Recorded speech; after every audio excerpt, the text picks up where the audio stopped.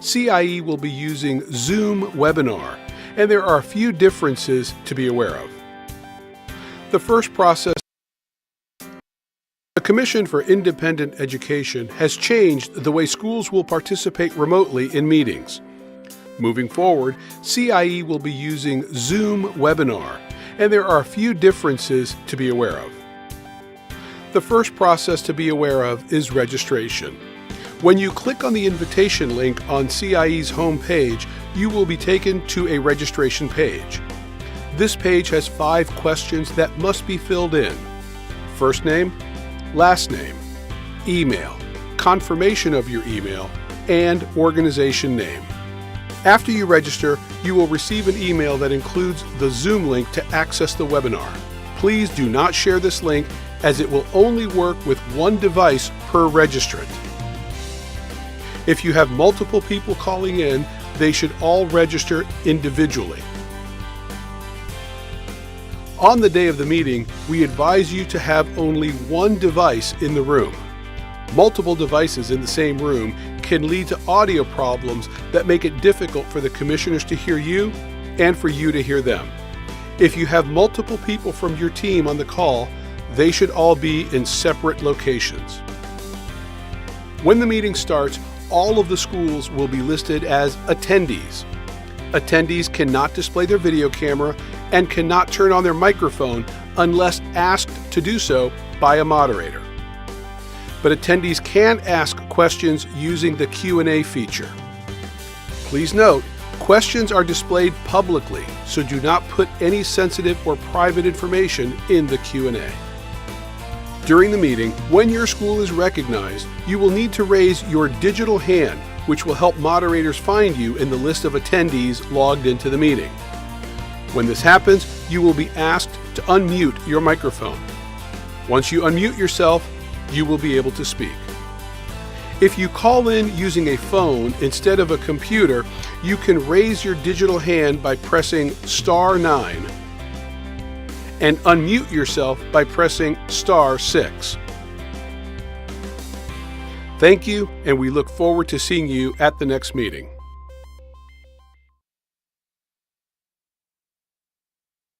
The Commission for Independent Education has changed the way schools will participate remotely in meetings.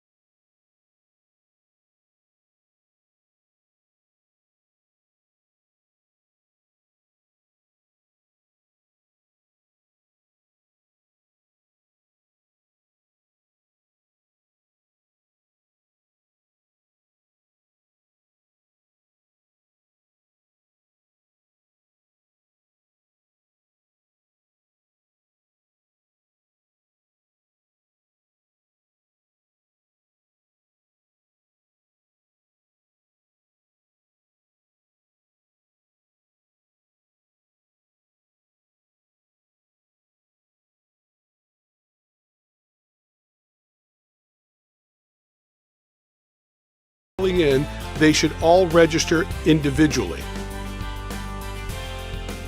On the day of the meeting, we advise you to have only one device in the room. Multiple devices in the same room can lead to audio problems that make it difficult for the commissioners to hear you and for you to hear them. If you have multiple people from your team on the call, they should all be in separate locations.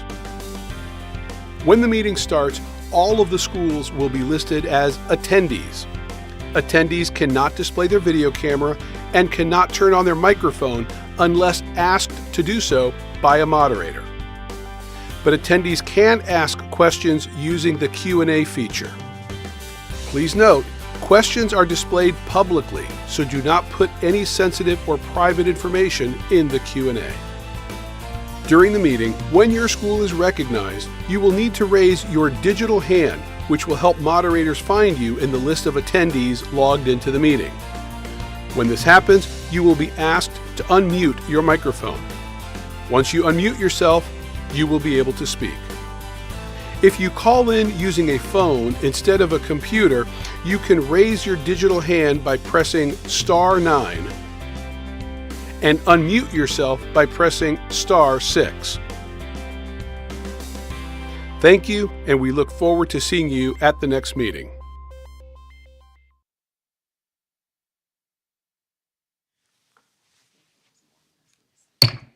Good morning, everyone. I'd like to call the meeting to order, and I will turn it over to Chair Coyne.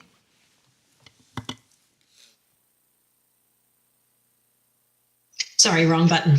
Good morning. I'd like to call the meeting to order. This is Commission for Independent Education, and I'm Mildred Coyne, Chair of the Commission. We are meeting virtually via Zoom. Today is November 9th.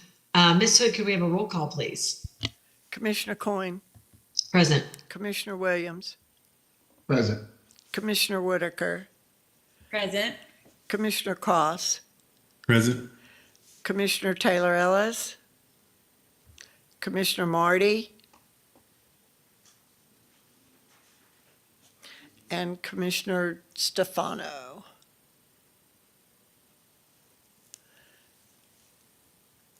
Okay, thank you.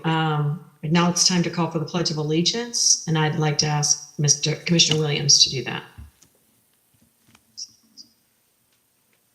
I pledge allegiance It's to the flag of the the United United States of America And to the to the republic republic for which it stands, one nation, under under God, God, indivisible, indivisible, with with liberty liberty and and justice justice for all. for all. So I'm going to need 1 second here. It appears that I'm on the wrong day of the agenda. I thought I had it ready to go.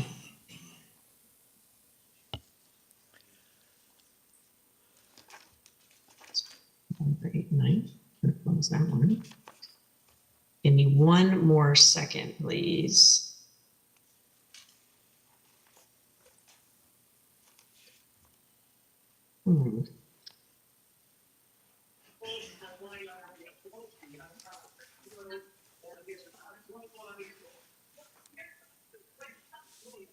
Oh, I know what I did.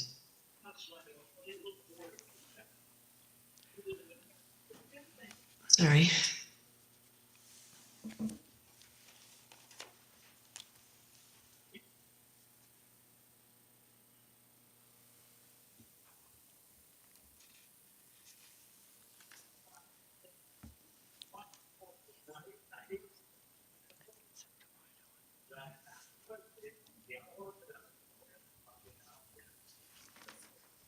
Okay.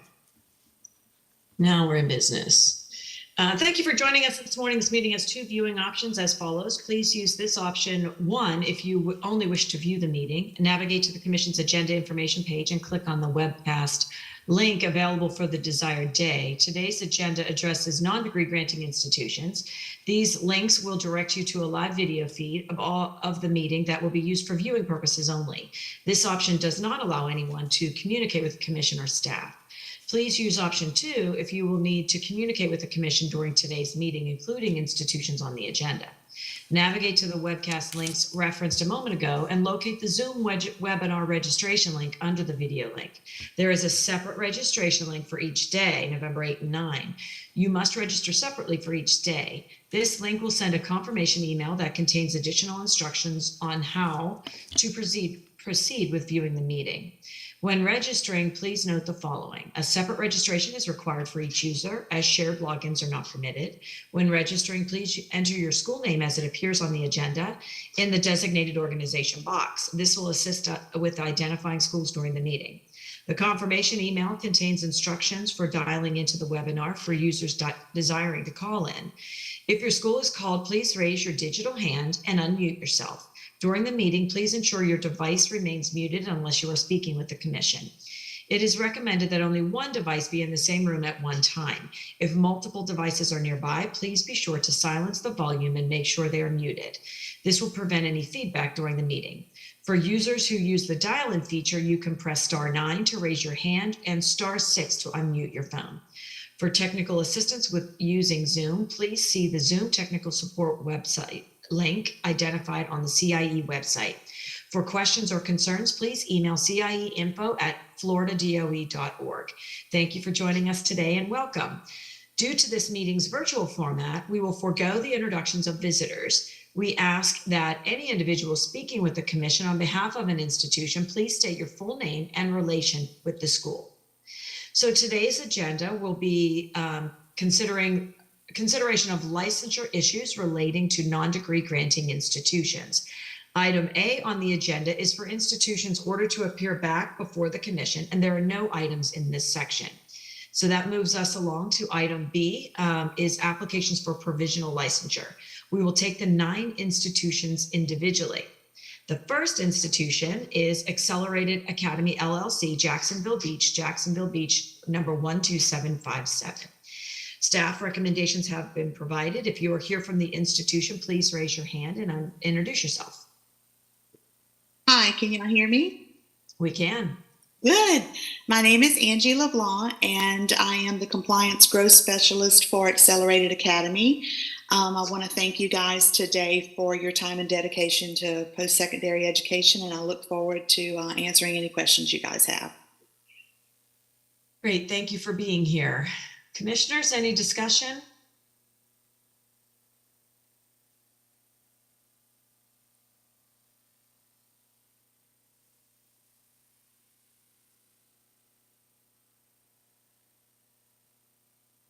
Good morning. Good morning. My name is Maria Rodriguez, and I am the campus director for Vanguard School of Professional Health. And I'm on the agenda for financial soundness. Okay, so we're on a different agenda item, and when we get to that school, we'll be happy to call you and you can. I apologize. Thank you. Oh, no worries. That's quite okay. Commissioners, any discussion on Accelerated Academy? Do you want to tell us about your school? And I see that you're doing a little bit more unique dental assisting with expanded radiology. Yeah, so we actually already are hold an annual license with you guys in Tampa. And with the success of that school, we were given our annual license last September in 2022. With the good reception of that campus, we felt that it was time to expand into Florida more, and we picked Jacksonville Beach. Just to explain our business model a little bit, we partner with practicing dental offices by leasing their space and equipment, typically on a Saturday, for 10-week semesters, and we host lecture and hands-on training, clinical training with a job shadowing component. We hire local instructors that have real occupational experience in the dental assisting field, and we have built life coaching into our program to help students become good employees once hired. We operate on a national level, actually. We have 90 plus schools in 21 states currently, and we strive to be as uniform in our operations as state laws and regulations will allow us to be. The curriculum is expanded functions radiology course. It has been approved by the Florida Department of Health for both the Tampa and Jacksonville Beach location. it will help comply with that formal training requirement that's needed should a graduate want to find employment as a dental assistant and apply for their Florida Department of Health radiology certification. When students graduate, they have earned a CPR certification, a certificate of completion in the expanded functions dental assisting, and a certificate of completion in the expanded functions dental radiology. The program is actually 80 hours broken into 36 hours of lecture, 44 hours of clinical, with an additional 16-hour job training component. Students have to pass with a 75% grade point average and a 70% attendance rate. So they really can't miss more than 3 classes because it is such a short term. We have a career services department that mentors students through Canvas, which is our learning management system. So they have a module built in to kind of help them build resumes and interview prep and do job searches. They also contact them on a personal basis on a personal level on a weekly basis. And then after graduation, they go into a monthly, a 6-month, and then at 1 year, they do their final contact with them, hoping and encouraging them to get hired, and also helping us as an institution know and gather the completion and graduation, the hiring rates for our renewal systems and such. So we really try to stay connected with those students upon graduation. When we researched Jacksonville Beach, we found that there is a saturation of dentists in the market and not a lot of low-cost educational programs. So we feel like it is, there's actually currently 145 job openings for dental assistants in that area. So we do feel like this could be a viable location for us. Our instructors, they're seasoned in the field of dental assisting. They exceed typically the 3-year minimum in the field requirement. They also undergo extensive training by us when they agree to become an instructor.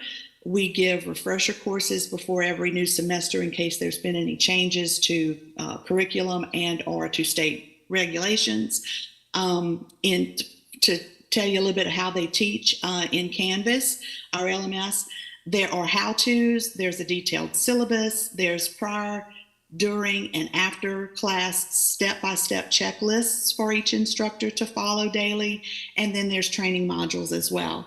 And we have an administration team that's available for our instructors before class, after class, and they're available for the students as well, and by phone at all times. So our instructors also participate in CE hours at their workplace and through us to get the 8 hours that they need annually as well. From a financial aspect, we operate as one big financial account. All of our nationwide schools are in one pool, if you will. We do that so that we can kind of carry a new school to profitability with the success of the seasoned older schools and still be financially solvent, kind of covering, you know. The numbers shown on the summary sheet are actually from our 2022 audit in December, that ended in December of 2022. It's not a true picture because that time actually showed where we were converting from cash to an accrual method, which caused us to change how we recognize collected tuition, and it caused a deficit for a little bit of time.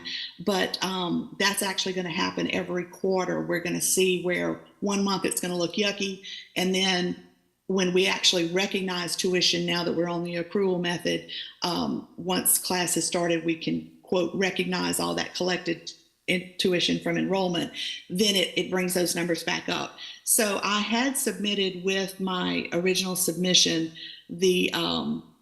our July 2023 compilation from our CPA, and the numbers, of course, look a lot better. So if you wanted to know that, I can give it to you, but we're actually on a 1-to-1 positive ratio.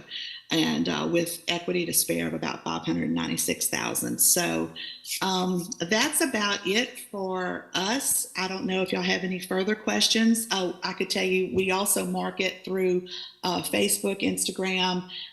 We try to really maintain a high Google search so that people can find our website and enroll. And that's about it. Any questions for me? Sure. How many students do you expect to start with? We typically do 10 students a semester because we want those instructors to give, really one-on-one. So our teaching ratio is 10 to 1. Okay. And what's your tuition rate? It's just not in my. Tuition is $35.79 in Jacksonville Beach. Okay. I'd be interested to hear what the life coaching component that you guys have added to make them more marketable. Is that what I heard you say? Yes, we were finding when we were talking to our dentists, we've been operating in a nationwide level since 2015, really, and so we constantly go back to our old partners and new partners and what can help these people that enroll get better. We just want to constantly improve if we can. And we found that a common denominator was that they just need quality employees. It's, they can teach them through our course, but they also can learn their specific ways of doing things once they're hired. But they just want people to show up and they want them to have a good attitude and that sort of thing. So we came up with a little life coaching thing that 30 minutes of every class at the very, very beginning, they cover something. Either it's how to be, a good employee, how to have a great attitude, how to work as a team, whatever, just something so that it gives them a little perspective of what it's like to be a good citizen and a good employee. Yeah, and that's virtually, it's part of every class, it's in person. Help me understand if it's online. We're in person. We're 100% in person. We meet every Saturday for 8 hours. And like I said, the instructors have their time, it's pretty much timed what they do. So they've got the first 30 minutes of the day, they're welcoming and doing the life coaching thing. And then they may go into their 3 or 4 hours of lecture. Then they do their break and their lunch, and then they come back and they do their clinical setups, which is done in groups. And they have certain little things that one group's going to be working on while the other one might be doing something else, and vice versa. And they kind of like to do a round robin in those afternoon hours. Nice. Thank you for that. Mm-hmm. Sounds very solid and all thought out. Go ahead, Commissioner Morty. What is the beginning salary for your graduates? We're finding that around $16 to $20 an hour is kind of where they start. Thank you.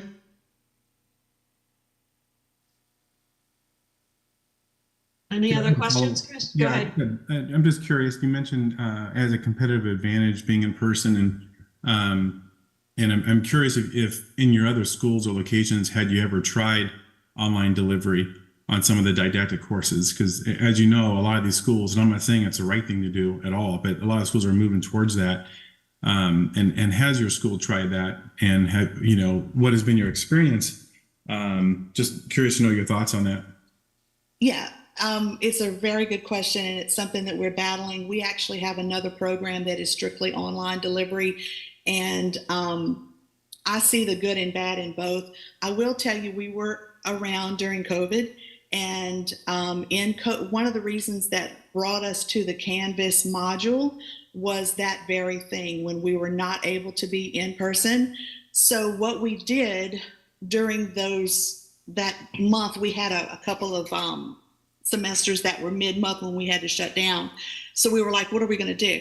So we came up with the ability with Canvas. What we love about it is our students can not only are they in person when they're in lecture, but they also can take those lectures and look at those at any time on the Canvas. And the modules are on Canvas. So anything that they've learned in person during the day, they're also able to look at and review at their own pace, leisure, whatever, during Canvas, because they have access to Canvas all the time and even after the program.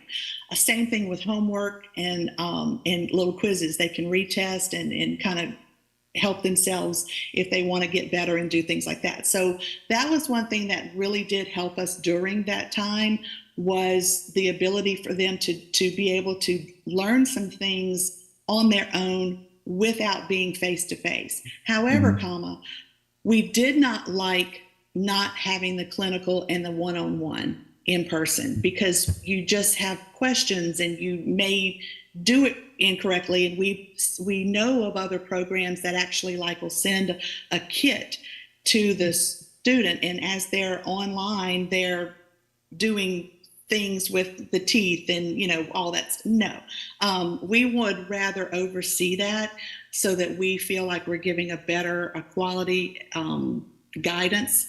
And yes, it's something that if we run into a scenario like a COVID situation again, we can have a delivery where the students get some of the information, but we still then want that component of being able to talk to them at some point. So what we ended up doing with the COVID thing, just to go back, is we ended up scheduling when there was time for students and instructors to be together again. We reduced the class size to whatever the state had recommended. In most cases, it was like the 6. Do you remember the 6? You could have 6 people around you and at certain feet and stuff like that. So we implemented something like that so that people could come in and actually still do some hands-on training. And we felt confident in that. And our doctors and partners and hiring people do feel that having the component of one-on-one and in person makes a difference. Yeah, that was my next question. So that's interesting to hear. So thank you for the response. I appreciate it. No problem. Very good. Any further discussion or questions? Thank you for your full transparency and your explanation. I think that was really helpful. Appreciate it. Thanks. Hearing no further discussion, is there a motion to accept staff's recommendations? So moved. Second. We have a first and a second. All in favor? Aye. Any opposed? Hearing none, the motion to accept staff's recommendation is adopted. Thank you very much. Congratulations.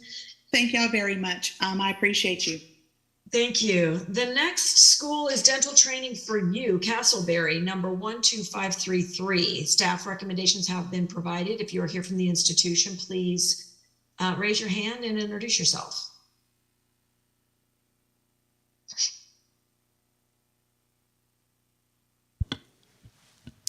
One second, commissioners.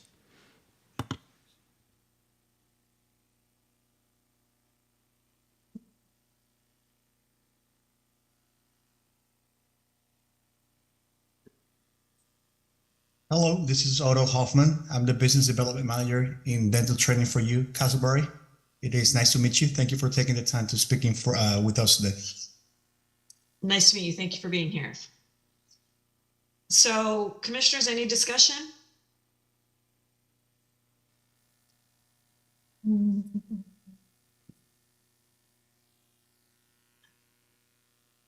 I guess my first question is about how many students are you planning to start with? On the first year, we're planning to start with 138 students, which will mean about to start with 10 students per instructor in the first 6 months, and then moving into 2 separate 6 or 7 classes with 2 instructors per week, which will bring it up to 138 students in the first year. How long is I know it's 600 hours, but how are you spreading out the program? So we have 88 hours of lab work, which will mean face-to-face here in our facilities. We have 264 hours of online courses through Moodle. And then we have a 240-hour externship in our associated dental practices here in Florida. Okay. So 138 students, what's your marketing strategy and who are you targeting? So there's a big demand for dental assistants here in Orlando that's been rapidly increasing, and there is a very high demand for knowledgeable and people with experience, and there's not really a lot of people that are targeting that audience. The way we market ourselves is through Facebook ads, Google, Instagram ads. We use a lot of forums as well. We try to stay in contact and find people that are willing to work hard and improve their career path and jump into something that's going to benefit them at the end of the day. And we work hard to supply them with whatever they need to push them forward. I know you're based in Castleberry. Where are your students coming from? Are they in Florida? Are they outside of the state? No, they're in Florida. They're mostly our target audience is mostly local people from Orlando and surroundings. So Castleberry, Longwood, Lake Mary, Sanford, Kissimmee, Lake Nona, Orlando. There's St. Cloud. So they're mostly local. However, we do get a calls from time to time from Miami, Tampa, because especially from the Hispanic community, we've been in the dentistry industry for over 5 generations. Currently there is over 27 family dentists in our family tree across 4 different countries at the moment. So we do get calls of people that want to come here and learn, because we have a lot of passion for dentistry, and it's something that really simplifies what our family is about. So.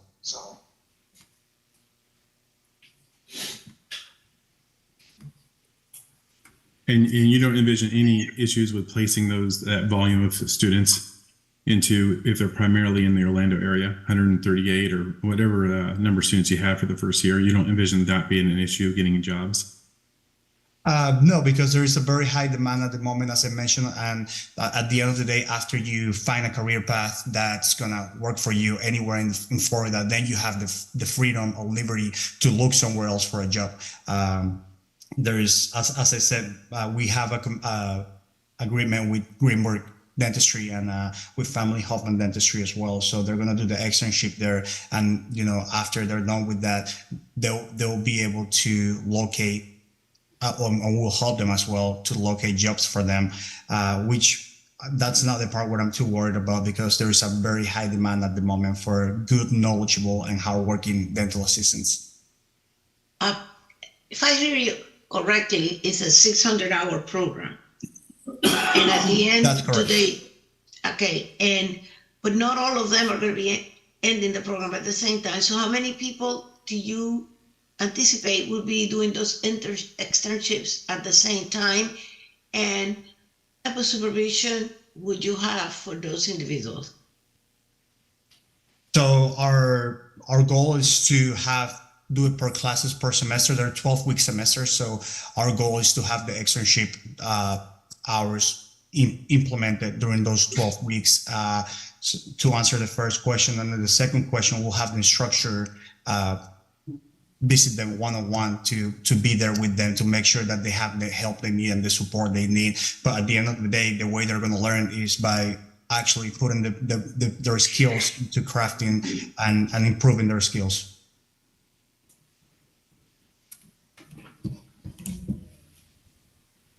But how many of them do you think will be doing it? What I'm getting at is, do you have enough spots for the people that are going to need externships? Yes, yeah. Yeah. Agreement with Greenberg, they have more than 40, 60.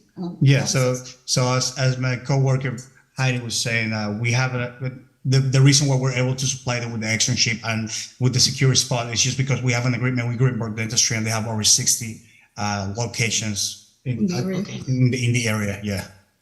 Okay, thank you. No problem.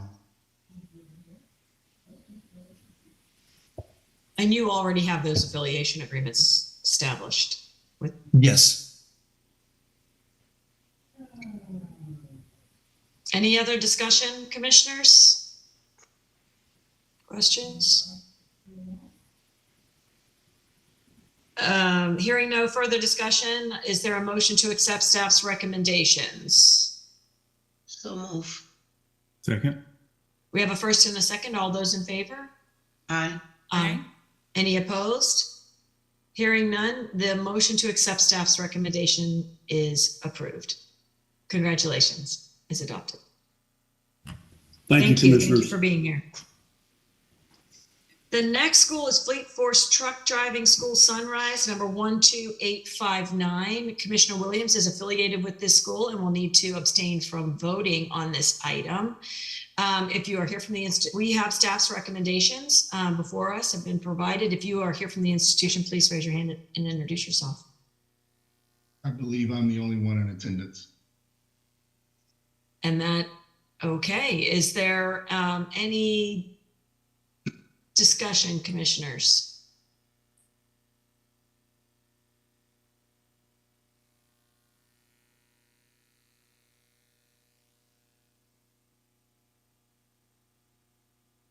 It's the wrong thing. I guess I'll ask. So Commissioner Williams, tell us about your Sunrise location. Well, we are fortunate to be partnered with Broward College over there, and because of the velocity of enrollments at Broward, we are fortunate enough to have a training facility in the parking lot outside of the Florida Panthers arena, a giant empty parking lot that they've made available to us. So serving some of the most vulnerable and at-risk parts of that community.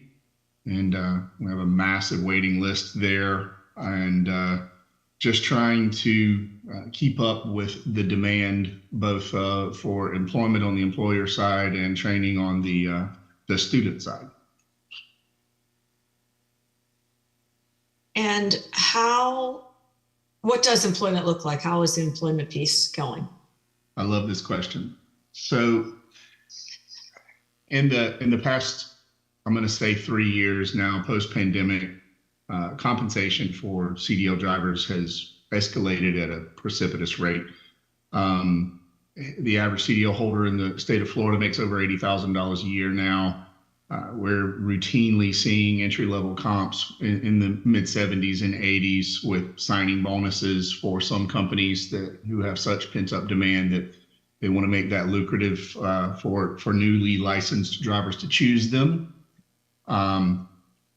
There's a misconception that a CDL holder is always an over-the-road driver. That's really only about 30% of the drivers in America. So I don't have to tell you guys the density of the population over there and the population growth that's going on in Florida means there are a tremendous amount of home, everyday, regional, and local positions for these folks, so they can be with their families, with their kids, and still get that career advancement and the associated compensation increase.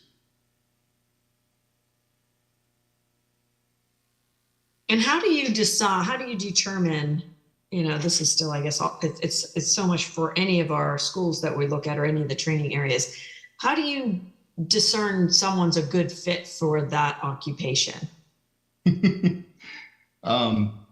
So I think that's a two-layered question. I think there is a determination about the appropriateness of the fit for the industry itself and the expectations and the speed with which it moves. And I mean that literally and metaphorically. The logistics and transport industry in Florida makes up 25% of the demand throughout the United States. So, you got to be an early riser, a self-starter. You got to be able to be flexible and adjustable. This is usually not a traditional 9 to 5 where you have a Groundhog Day, monotonous routine each day. So requires someone who is agile and flexible in what they're doing while they are working. But if you mean how do we determine someone that's a fit for that based on their skill level, we usually find that out in late week 2, early week 3, whether they're truly meant to be behind the wheel of something that's 80 feet long and weighs 80,000 pounds.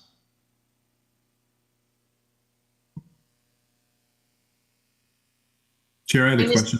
Go ahead, Commissioner Cross. How is the economy? I mean, it sounds like your demand is really high, and especially through these partnerships you have. But the economy with rising fuel prices, has that had any impact on transportation needs? Or, I'm just curious how the economy is transforming that kind of business.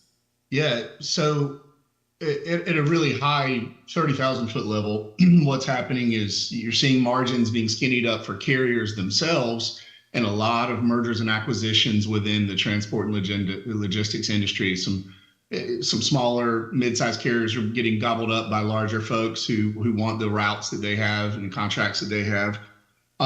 It's making mom and pops harder, making it more difficult for them to compete. And in many instances, you'll see those guys selling as well. That's just the nature of this industry. We don't want to see a mass exodus out of the mid-sized carriers into the large carriers and small carriers, of course, but it has not changed the demand for drivers. So in fact, the American Trucking Association just upped their estimate. They used to say we needed 1.1 million truck drivers in the next 10 years. Now they say we need 1.25. So they've actually increased that more than 10% over their estimates from last year. So we're not licensing nearly that many. And to put it in perspective for the state of Florida, we're the largest provider in the state of Florida, and we're barely licensing 20% of what the state of Florida demands. There's 12,000 available CDL jobs in the state of Florida right now as we're sitting here. Well, thank you. Is there an experience? So it's always seems so hard to imagine that, because I know that the program is 4 weeks, then you're on the road, right? And so is there an experience criteria that employers are looking for, and how do we bridge that? Or is there a need to bridge that? Yeah, so the 4 weeks doesn't give you all of the education that you're going to get. The real education begins day one, right, on the job. What it does is it certifies you have the skills to start that journey, to be licensed, to be able to properly inspect and safely operate a vehicle. But there's a big difference between operating the vehicle and working within that industry. I could operate a vehicle on a farm in Sebring for decades and have no idea how the logistics industry works. So the true education begins once they're behind the wheel. And most carriers are realizing now that they're not going to solve the pent-up demand problem by stealing each other's drivers. For many years, they would say, hey, you have to have 2 years of experience before we'll hire you. And some still do that. But the larger carriers are realizing that that's just not possible anymore. In fact, Cisco, largest food service distribution company in the world, recently dropped their experience mandate, started hiring entry-level drivers. And what's great about carriers like that is they pay by the mile to stop in the box, which means the faster you get your work done, the sooner you're home and you made the same amount of money, which is awesome. Because if you get up early, you get moving, you get all of your stops done, you get your boxes delivered, you got your paycheck, and you can be home by 3 o'clock in the afternoon. So the perception that the CDL world requires you to be a 14-hour-a-day person away from your family for weeks at a time in order to make money is that's an antiquated narrative that fortunately we're transcending. Well, I think it's also exciting because you're breaking, I do know this from experience and seeing it firsthand, is that you're breaking the non-traditional gender roles of it being a predominantly male dominated field, right? Yeah, so the 13.5% of all CDL holders in America are female. Almost 28% of enrollment at Fleet Force is female. So we're more than doubling that. And carriers love females. They job hop less frequently. They cause fewer preventable accidents. And as a result, they are cheaper to insure. So the female drivers get sucked up very quickly by our carriers. They fight over the female drivers for that reason. They get a lot of longevity and employee loyalty out of those individuals. Okay. Thank you. Any other discussion? Due to the nature of the fleet of this particular location and its collaboration with Broward College on some of it, I'm also going to abstain from the voting, but leave it to the commissioners present to make a motion. So moved. Oh, we have to make a motion. What is the motion for, Madam Chair? The motion is to accept staff's recommendations for Fleet Force Truck Driving School Sunrise number 12858. So moved. Second. Am I still allowed to call for the vote, even You though I'm are, not voting? Madam Chair. So all those in favor? Aye. Aye. Any opposed? The motion carries with Commissioner Williams and Coyne abstaining. Are we good on that one then? Absolutely, Madam Chair. If I may, it's not clear to me that you did have to abstain from that vote, but I certainly do approve of you doing so. Yeah, so as to avoid it's fine. even the I have no remotest problem appearance doing of so. impropriety. I know that this is in operation and independent of the of Broward College, but there is other parts of it that is partnerships. The next school is Gray School of Nursing, Inc., West Palm Beach, number 12789. We have staff's recommendations have been provided. If you are here from the institution, please raise your hand and introduce yourself.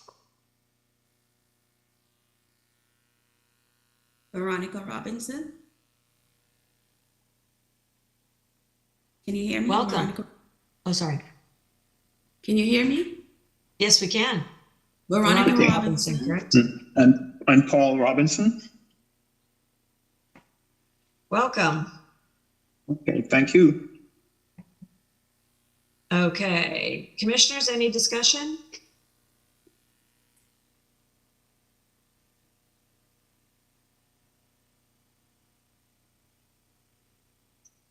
I guess I'll ask, start the questioning. So tell me, what will be your market differentiator running a nursing assistant, patient care, phlebotomy, practical nursing programs in West Palm Beach? I could answer that. As for the fact that the healthcare system is needed to be more improved in Florida, West Palm Beach, well, all of America, because we have a deficiency in the seeking and also to get more nurses and CNAs. Now most of them majority of them is trying to get to this area where the boards of nursing now trying to implement in because the shortage of nursing, they're trying to get the CNAs to come in and do also medication, giving medication in the facility because of the shortage. So the difference between it is that we can able to bring more nurses in the field, and also those CNA that is already CNAs, most of them, once they started, based on myself, I was a CNA, once they start to do the medication, they're going to start looking towards being a nurse, because they won't be far from that area to become an LPN. So the LPN and the CNA is not so much going to be so much of a difference. It's just that they're going to want to go and elevate themselves. And it's also financial stability. They get to do certain nursing, LPN, CNA, they were able to bring more finance to the family.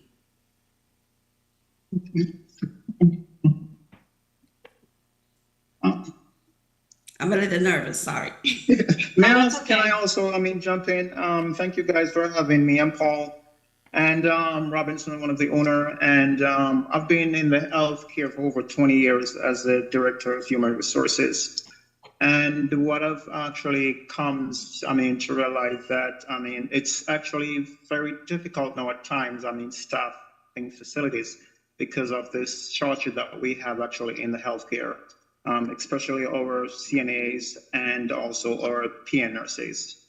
A lot of time, most facilities, especially our skills facility, also they resort to agencies because of the lack of, nursing staff that they could actually, I mean, nursing and CNAs that they're able to bring into the facilities. So what we actually have an objective is to try and fill those voids that we have, but not only to fill those voids, but also to see, I mean, that these CNAs and phlebotomy, they get the right training that is needed, because at times you see nurses and CNAs being hired in the facilities, and there's certain things that they're not coming forth with as far as the skill that is really needed. So then the facilities then is not required to actually undertake a lot of training, I mean, for these staff, just to make sure they're able, I mean, to take care of these patients that they're actually hired to take care of. So that's one of the things that we want to stress with our, I mean, with all our students, the basic, not only just the path and exam, but where patient care is needed to make sure that when they goes into these facilities, I mean, they do the right thing in taking care of those patients that they actually are hired to take care of. Commissioner Cross? Yeah, thank you, Chair. I wanted to just follow up with a question about your staff or leadership. Do you have are one of the owners a nursing professional, or have you hired a nursing leader for the programs? Yes, I am the director of the nursing program, and I've been, as for myself, when I came to, the reason why my goal was to open a nursing school, I don't know if it's appropriate to explain my background. I had kids and I was in the shelter, and the shelter helped me to get to Sheridan Vocational School, which is a public school in Hollywood. And I was always intrigued of how to get more nurses, because back then they usually talk about nurses shortage, but during COVID it get more because, you know, many nurses die. So I came and I said, I have this vision and I want to bring forth this vision because the shortage is so much. And even as a nurse on the floor, you get so overwhelmed, and to go back home to your families get hard. So my background is to bred more nurses. I'm also a mother of 6, and while I was in the shelter, I would tell my children, the girls, they need to become a nurse, and they said they wanted to do this. And now I have 3 kids who is a nurse, and they are also instead and inside of them knowing that we want to get better. The nursing students, still, when we get them in, we want them to do the best they can, and it's not supposed to be just for money. I don't like that. It's more of taking care of your loved one and to treat others the same as how you would treat yourself. So as a professional, I have to give back, and I want to give back to the society because I came from nowhere to somewhere, and my aim is to make a foundation where my children, who is nurses, they can look and say, mother did this and she set the pace. And as for the students, we are willing to, do what we can to get them to pass. So in the professional, the board of nursing, when you look at the passing marks in different school, it is so low. So my implement is to bring forth the LNN, the National League of Nursing, their testing for monthly. Every time they do their program, the curriculum, it consists of different area. I will get them to test it on the National League of Nursing, which I just joined with them as a member to give those testing computer tests for them. So to ensure that when they get to the board of nursing time, they will able to pass their test. There will not be a repeat test taker. Not that I'm saying everyone will pass it, but our whole aim is to get the nurses to pass their boards and also to instill in them that this is something, not just a career, but something that they will love. And the reason why I asked that question, thank you for the response, is it sounds like it's certainly a passion of yours. Is my concern is on your financials. It seems highly under-resourced, where you have faculty full-time instructional wages. A nursing school that I'm aware of would have about 10 times that amount budgeted, and so I just want to make sure that you are, maybe you're not taking a salary and you're teaching most of those courses, and that's why I asked the question, and that's fine. I just want to make sure you're resourced properly. Secondly, I'd ask that you look at the business plan, and maybe we could add this, Chair, for a contingency, because the revenue here does not match up with the enrollments.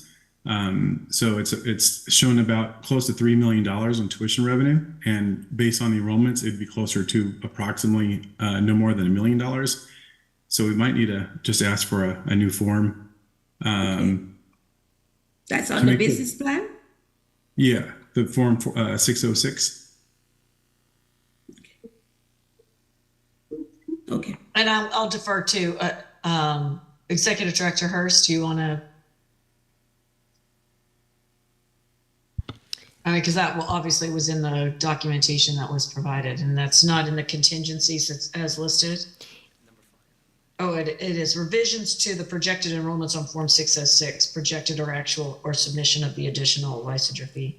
Yes, it is in number 5. Would he like, Commissioner Cross, would you like additional? Would you just like them to submit an updated form? Yeah, one that ties in. I mean, either they need to increase the enrollments by 3 or 4 times, which wouldn't make any sense because they already have a large amount of enrollments, or it would include revision to the financial tuition revenue, not just enrollments.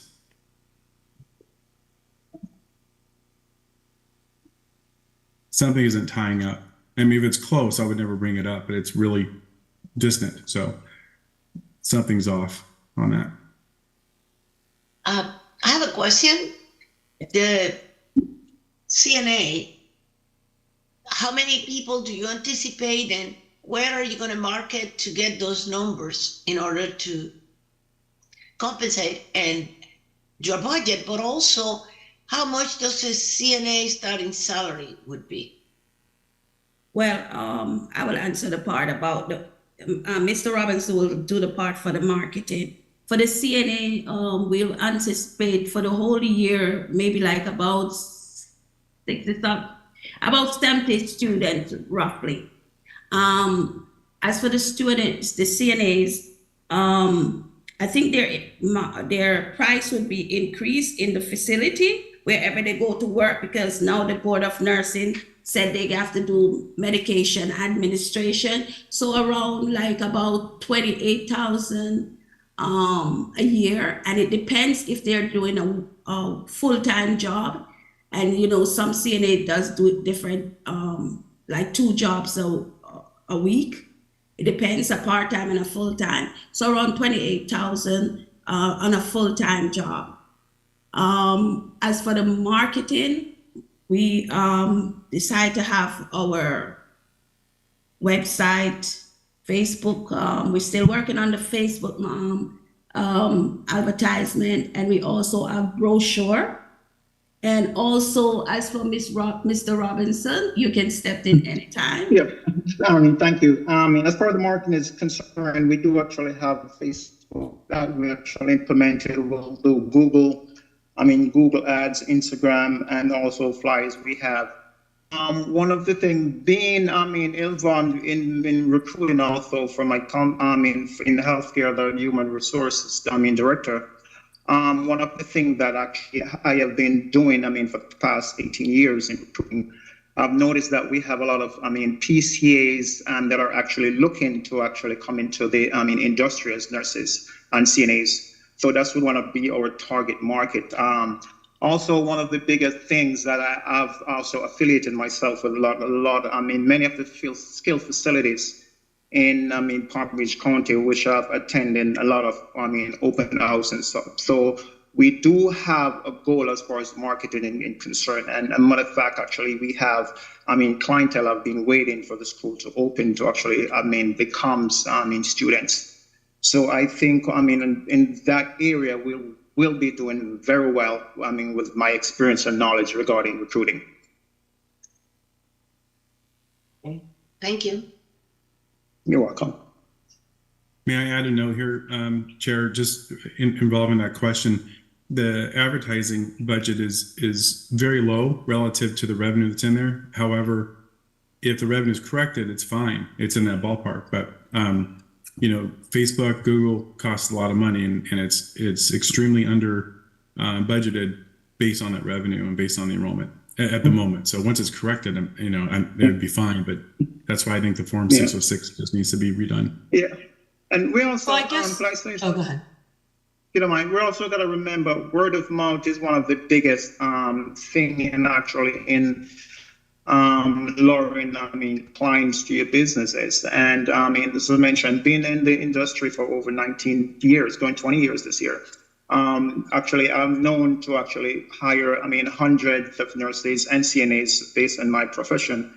So, those target marketing areas actually would be actually a very good asset for our institution as far as getting our students and enrolled, in our institution.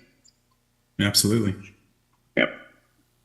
I guess my question is around where Commissioner Cross is which is correct, the enrollment or the revenue? Like if it's gonna change, what's gonna change, right? To make it make sense, what's the, am I making any sense of what I'm asking? Yeah, so you're asking the enrollment versus the tuition revenue. Tuitions. Once we get the enrollment is actually, I don't foresee us having any issues as far as enrollment is concerned, because we actually have been in the industry for a very, very, very, very long time. Both my wife and I. As far as the revenue, generating the revenue, and that's going to be based on the tuition that we're going to be offering to those students.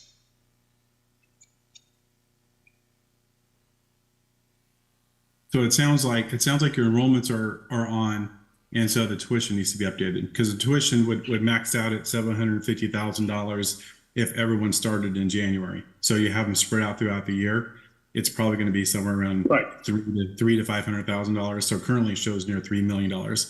So the enrollments sound about right, but tuition revenue just is not representing that.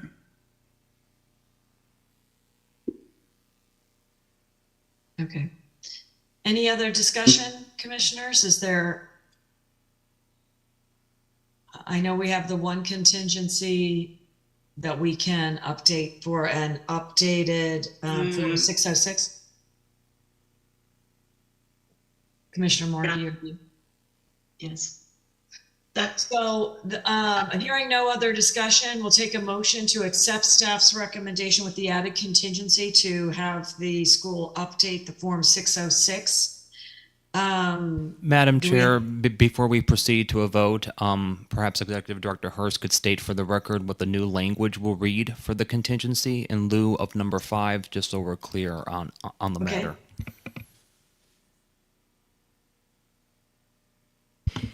So my suggestion would be to separate these. So you would leave your item 5, which is revision to the projected enrollments on Form 606 as is, and then you would add an additional contingency, which would be number 7, that would read as revision to the tuition revenue on Form 606. To coincide, maybe we should say to coincide with the enrollments, the tuition to make sense. That is perfectly fine. Okay. Okay. So, commissioners, do we have a motion to accept the contingencies as provided by staff with the additional contingency of number 7, which is to be a revision to the tuition revenues to align with enrollments on Form 606? So moved. All those in favor? Aye. Aye. Any opposed? Hearing none, the motion passes. Congratulations. Thank you. Thank you so much. And we'll do our best. I appreciate you guys. We're hoping you do a great job. Appreciate you too. So number 5 is Hairline Illusions Arts, Science, and Technology Institute, Orlando, number 11455. We have staff's recommendations. If you are here from that school, please raise your hand and introduce yourself. Hi, good morning. Can you hear me? Yep. Yes, we can. Great. Hello, my name is Egypt Lawson, and I am the president and operator of Carolina Lugeons Art Science and Technology Institute. I would like to express our appreciation for the opportunity to present here today. Well, welcome. Want to tell us about your school? Tell us. Well, sure. Thank you.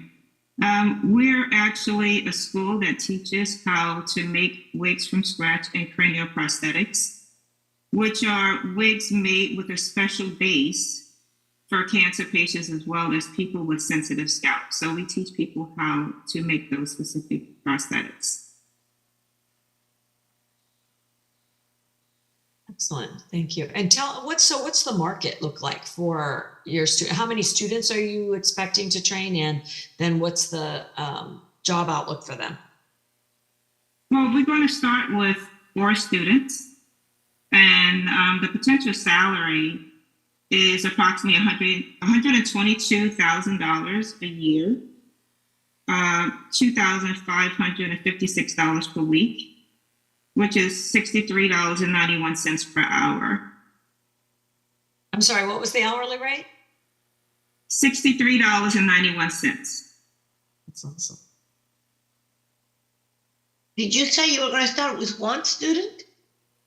4. Oh, 4 students. Okay. Thank you. And how did you determine those wages? Like, where did that information come from? From our experience, and also doing a Google search as well. Basically, our demand for cranial prosthetics is really, really high. Basically, because the insurance companies pay for these prostheses, so a lot of them are in high demand at this time. So this is basically what we make and this past students make, as well as online shows the statistics. And I guess I'm just fascinated by the industry. And so what's the job title? Cranial prosthetic specialist or technician? We're called wig builders, and we specifically make cranial prostheses and wigs. Okay. And who are the employers? Like, what kind of companies?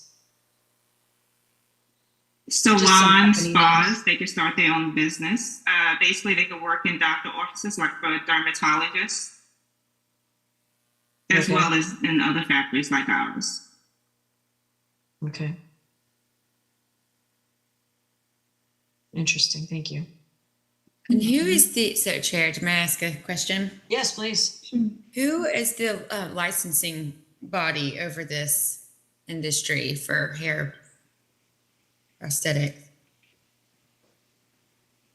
Is it under DVPR? I'm sorry, you're asking me who's the license? Yeah, so after basically, this is the first type of school like this in the United States. Normally, cosmetologists who are licensed as, from the Department of Education are our students. So we start with a person who has a cosmetology license who's already licensed, and then they learn how to make wigs as well. Got it. So it's under cosmetology.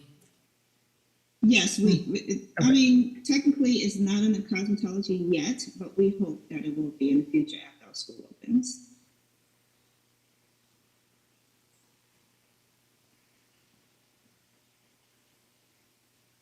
So how do you market and who do you intend to find for your students?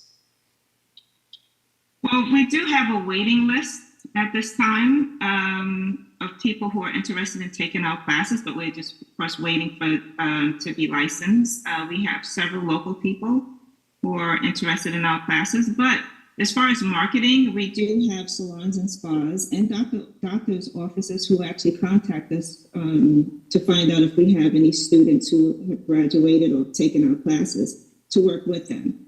But we plan to use, of course, social media to market. So that's mainly how we are going to market our classes, because they are very much in high demand.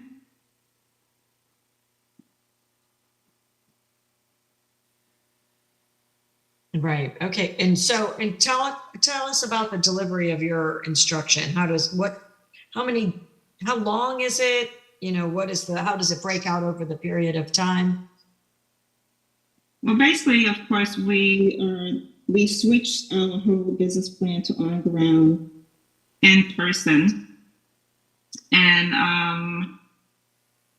and so the full program, if you include the lab hours, because our students have the opportunity to work in our lab after the class, it would be 3 months to 6 months. So they can work in our lab for 1 to 4 months.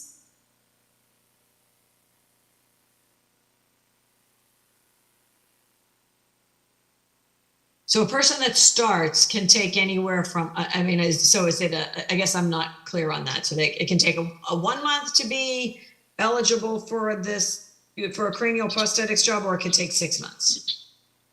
Well, how our classes are broken up, like our cranial prosthetics, basically is 150 hours. So since we're changing over from virtual, of course, to in person, we're reconstructing how we deliver our classes now. So since that's a requirement to be licensed. So our cranial prosthetics program is 30 theory hours and 120 lab hours, which is 150 hours. Our advanced injecting and planning class is actually 145 hours, 65 theory hours, and 85 lab hours. And the building advanced week basis is actually 175 hours, which is 25 theory hours and 150 hands-on lab hours, which all consist of 475 hours.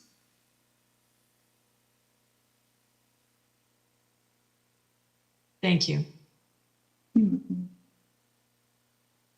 Chair, may I ask a question related to that? The program outlines, I know under staff recommendations, it says to remove all areas regarding online instruction, but all the hours that were just mentioned are all different for what's also on the program outline forms. So can we add to that contingency to update the hours for lab, theory, etc.? Okay. On what form is that, Jeff? It's the program outline. It's part of the staff recommendation to remove all references to online instruction, but the clock hours that she just stated are all different from what's showing on the program outline form. And that's under continue. So Director Hurst, you'll be working on revised language for that contingency for me to read into record, or for us to read into record? Yes, I will. Okay, thank you. Thank you for that. Any other discussion? Well, I think it's really fascinating that you're filling an unmet need, and it's not easy to find what in today's heavily saturated higher education space. It's really interesting that you're finding an opportunity for people to find a good wage and a good market in, even though it may be small, it's still meaningful and important. Thank you. So, any other discussion, commissioners? So hearing none, we will take a motion to accept staff's recommendations with the added to contingency number 2, to read resubmission of program outlines, deleting all reference to online instruction, and updating the theory and lab hours in the program outline. So moved. Second. All those in favor? Aye. Aye. Aye. Any opposed? Hearing none, the motion passes. And council, I'm assuming that was adequate, or executive director, I just went for it. That was actually perfect. Okay, great. And I'd like to recognize Commissioner Sharon Taylor Ellis has joined us. Good morning. Good morning. Good morning. Okay, congratulations. Thank you. Thank you so much. Thank Have you. a wonderful So our day. next Thank you school for your is- time. Thank you. Thanks for all your revisions. I appreciate it. Our next school is Mona Lisa Hair and Beauty Education Tampa, number 12872.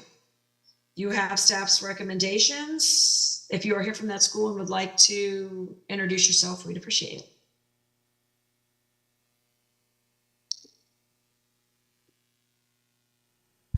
We do not have a representative from the school on the line. Okay. Commissioners, any discussion? Or staff, is there anything that you'd like to address in the contingencies, or does that cover everything that you need? Obviously. I have a light question here. One of the conditions is to remove mention of Title IV eligibility.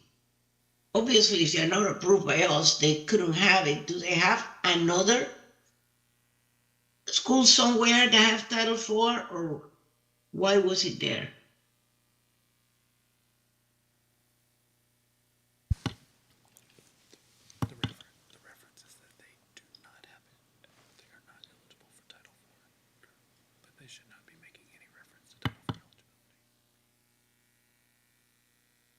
In their catalog, they have a reference to Title IV eligibility, just in general. And we would like for them to remove all mention of Title IV from their catalog. But they don't have another school and this is the second one? No. Okay, thank you. Do you see that very often? Like, why would they think that they would reference Title IV? Yeah. I think a lot of times, Madam Chair, we have these schools, they don't hire legal counsel, they don't hire consultants, and they might mean well, but what they do is they copy and paste what they find other schools doing. I've seen this in my own practice with contracts. When people try to write their own contracts, it happens, and you get some of these irregularities that result. Okay. And to clarify for this school, their catalog actually states that you will not be eligible for Title IV federal financial assistance. So they understand that they don't have it, but we do not like them to have a reference at all in their catalog, so it's not misleading to students. So they're trying to do the right thing by putting it in the catalog that these students won't be eligible, but we're asking them to remove the reference altogether. Okay, that's helpful. I think that's helpful to know that. That makes sense now. You're not. Okay, thank you. Yeah, that does make a difference. Okay, any discussion or concerns? Hearing none, we'll take a motion to accept staff's recommendations for Mona Lisa Hair and Beauty Education Tampa, number 12872. So move. Second. All those in favor? Aye. Any opposed? Hearing none, the motion passes. The next school is Paralegal Institute of the Americas, Coral Gables, number 12725. You have staff's recommendations. If you are here from that school, please raise your hand and introduce yourself. Hello, good morning. Alexander Alfano, Director of Paralegal Institute of the Americas.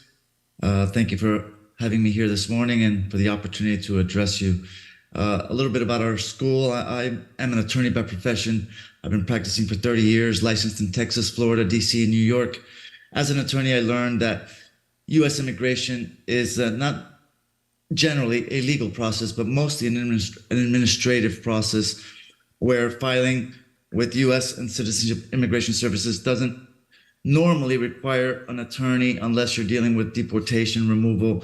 But many cases are not deportation removal cases, but simply seeking an immigration benefit. The U.S. immigration system has been modernized in recent years, and the process of applying for U.S. immigration benefits is generally an online process or accessing the USCIS website. U.S. Department of Homeland Security, Department of State, and Department of Labor have well-developed websites And really, technology is leading the way in modernizing the U.S. immigration system. One example is the CBP One app, Customs and Border Protection One, an application that that asks immigrants, intending immigrants, to register online or through the app before actually encountering U.S. immigration officers. As an institute, we seek to provide educational resources to intending immigrants, refugees, asylees, and also, maybe most importantly, to immigration service providers.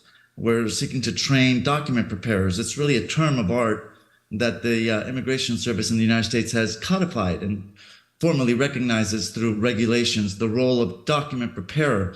It's a formal designation, and all USCIS forms contain a section where the document preparer is asked to provide contact data and name, etc. And really, it's a growing industry, exponentially growing. It's started as a niche area, but really there's an underserved immigrant community across the United States. And immigration studies is not just the study of immigration law, but now it's more focused on the technical, the logistical aspects of requesting U.S. immigration benefits. So the document preparer designation is filling that need. And every USCIS form has a section that is entitled Document Preparer Certification that addresses the duties and the obligations and the ethical professional responsibilities of document preparers. In fact, several states are leading the charge in regulating this growing industry. California has what they call an immigration consultant. You pay a small fee, present the form, and as long as you don't have any criminal history, you're permitted to be formally designated an immigration consultant in the state of California. You don't even have to reside or be domiciled in California to be an immigration consultant serving immigrants in the state of California. Georgia has a similar designation, immigration document preparer, immigration services provider. Illinois, Utah, several U.S. states are, again, leading the charge in regulating this growing industry. We also have, there's also another designation of accredited representatives, authorized providers. These are generally nonprofits, or in fact, they're required to be nonprofits, 501c3 organizations recognized by the Department of Justice to lend immigration services to immigrants. We all know that there's been a surge in immigration. Just in August of this year, 300,000 encounters of intending immigrants at the southwest border, the largest monthly total ever recorded. There's really a surge, and some are calling it a border crisis. We know that in May of this year, Title 42 was lifted, which had kind of presented a stop or a freeze on immigration to a certain extent. But now Title 42 is gone, and there is, again, a surge in immigration at the border. And what we're hoping is that also the U.S. government has instituted new humanitarian programs to offering legal pathways to the United States. For example, Afghanistan, Ukraine, Venezuela, Cuba, Haiti, Nicaragua, countries all identified for humanitarian immigration programs, but also immigrations beyond the border. It also extends overseas to U.S. embassies and consulates around the world, where applicants are seeking help in navigating lawful pathways to immigrate to the United States. Also, very importantly, our institute is focused on combating fraud, scams that routinely target the immigrant community. There are and have always been and probably always will be fraudulent actors in the marketplace. Our institute has an emphasis, places a great emphasis on professional responsibility and the ethics of attending to immigrants. And we work to combat fraud and scams and emphasizing, again, the ethical aspects of serving immigrants. And, so is this particular, may I ask a couple questions then? Please, thank you. So if, so this particular, this is an additional program on U.S. immigration law and procedure specifically. Yeah, we focus on the USCIS website contains the Immigration Nationality Act and the Code of Federal Regulations, and they make it available to the public. Oh, sorry. Go ahead. Yeah. So part of our course is helping students navigate the USCIS website and how to access the law. The law is meant to be is meant for the community, not just for judges and lawyers. And USCIS recognizes this and places the law on the website. So part of our course is to expose our students to the law, and this works hand in hand with procedures on how to seek immigration benefits and how to provide document preparation services to those immigrants, refugees, and asylees that are seeking help in navigating the U.S. immigration system. And so it's for specifically for existing paralegals to upskill or to add on a layer of expertise? Do you need to come with existing paralegal training? No, pre-existing immigration or paralegal training is not required. In fact, the U.S. Immigration Service contemplates that document preparers will be helping the immigrant community across the United States and even beyond our borders, and that many of these people have no formal immigration training or legal training. In fact, filling out the forms, it requires no quote-unquote legal training, as these forms are pre-designed, and they are, one simply fills in the boxes of these pre-designed forms that are all free and all accessible on the website. And so part of our course is to teach students how to access the forms, how to glean the information from the client, properly transcribe the testimony of the client, and introduce the information into the forms that are already pre-approved and pre-designed. So there's really no practice of law. What it is not to confuse practicing immigration law with what it is simple document preparation, building a file. It's really an administrative, sometimes even mostly a bureaucratic process. And the practice of law is not involved. Now, there are some cases that will involve the practice of law, and those are mostly cases that are before the immigration court, where there's removal or deportation proceedings. But when you're simply filing a family-based petition, even an employment-based petition, there is no need for legal assistance. In fact, the forms themselves do make no distinction between lawyers and preparers, so to speak. In fact, there's four basic categories. Lawyers, licensed attorneys. Number two would be paralegals that work for licensed lawyers. Number three would be accredited representatives, authorized providers, the nonprofits I mentioned.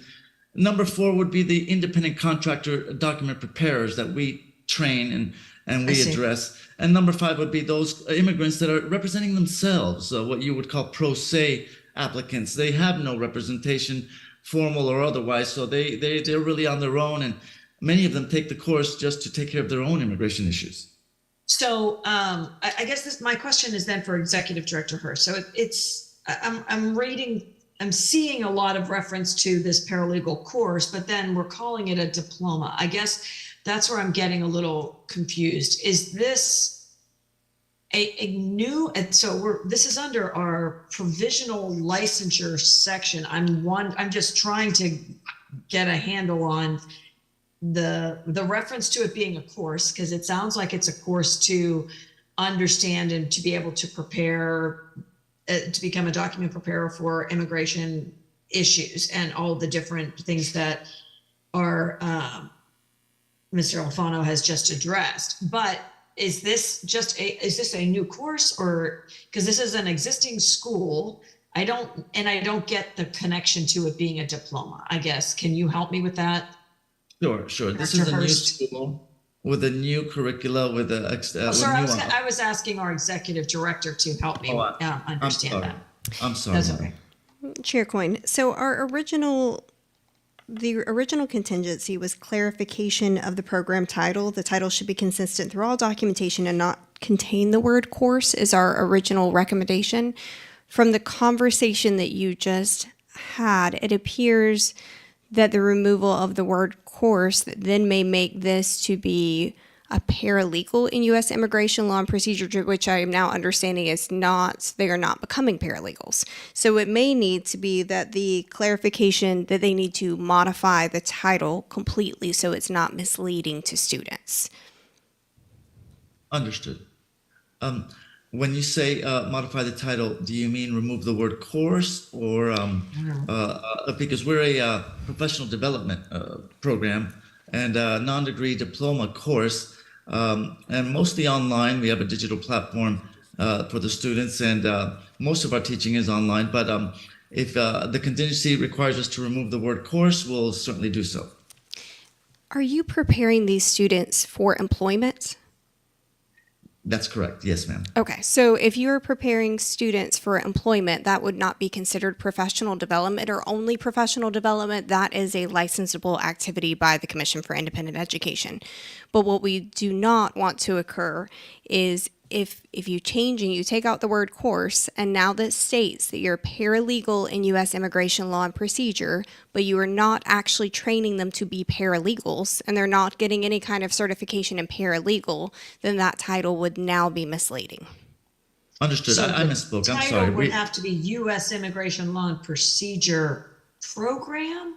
So I guess I'm struggling with it, that it's a diploma. Like that's where I guess, because it seems like it is more of a professional development than it is just a course that someone takes to get more skilled in being able to fill out the forms and to assist someone than it is leading to a job with a job title and a job placement and a wage. Madam Chair. It does seem like more of a professional development and less like it is licensable activity. That's where I'm getting confused. Any other commissioners want to help me out or weigh in? Madam Chair, if I may, there's confusion over the word diploma. Under Chapter 1005, the word diploma has a pretty broad meaning.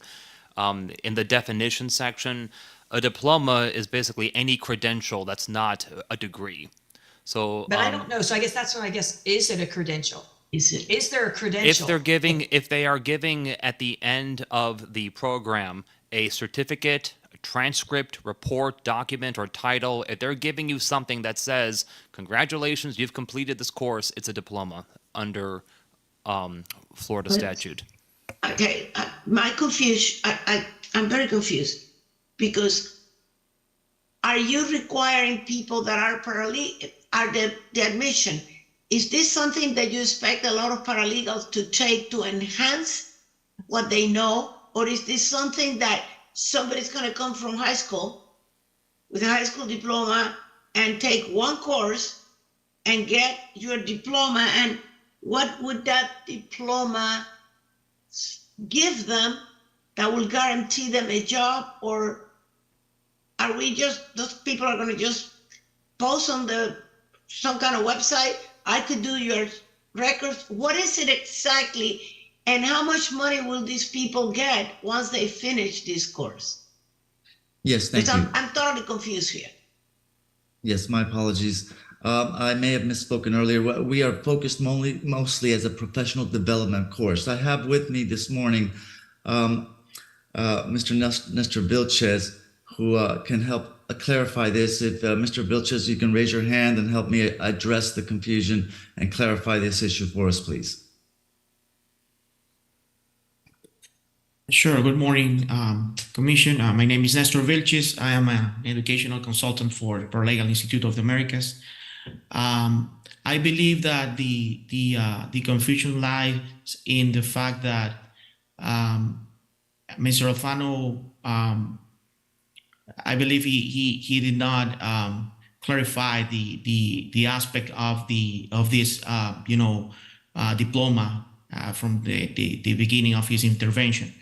The Paralegal Institute of the Americas is up until today a professional development institution, and it began teaching a course for 6 weeks for existing paralegals and also members of the community interested in getting basic knowledge on how to navigate the USCIS website and how to fill out forms. And after that, the institution has prepared this new diploma, which is 84 hours, clock hours. And this program addresses all the components required to prepare paraprofessionals, which in the legal realm would end up working as paralegals if they are working under the supervision of licensed attorneys. Some of them, they might enter, on the profession on their own as document preparers. So that is what Mr. Alfano meant when he was describing the document preparer's profession. And this is something very important, I believe, in our community, since we know that the immigration law that most students find in other institutions and universities across the U.S. Do not address that administrative, process and that administrative approach that the Paralegal Institute of the Americas is proposing through this program. I know that maybe you might be confused because of the wording of what we are offering, but what we are trying to do is to differentiate this type of teaching through a new instructional method, which is culturally responsive. Most of the members of our community, they don't know the right way to address these issues, even though they have access to the website and to the forms.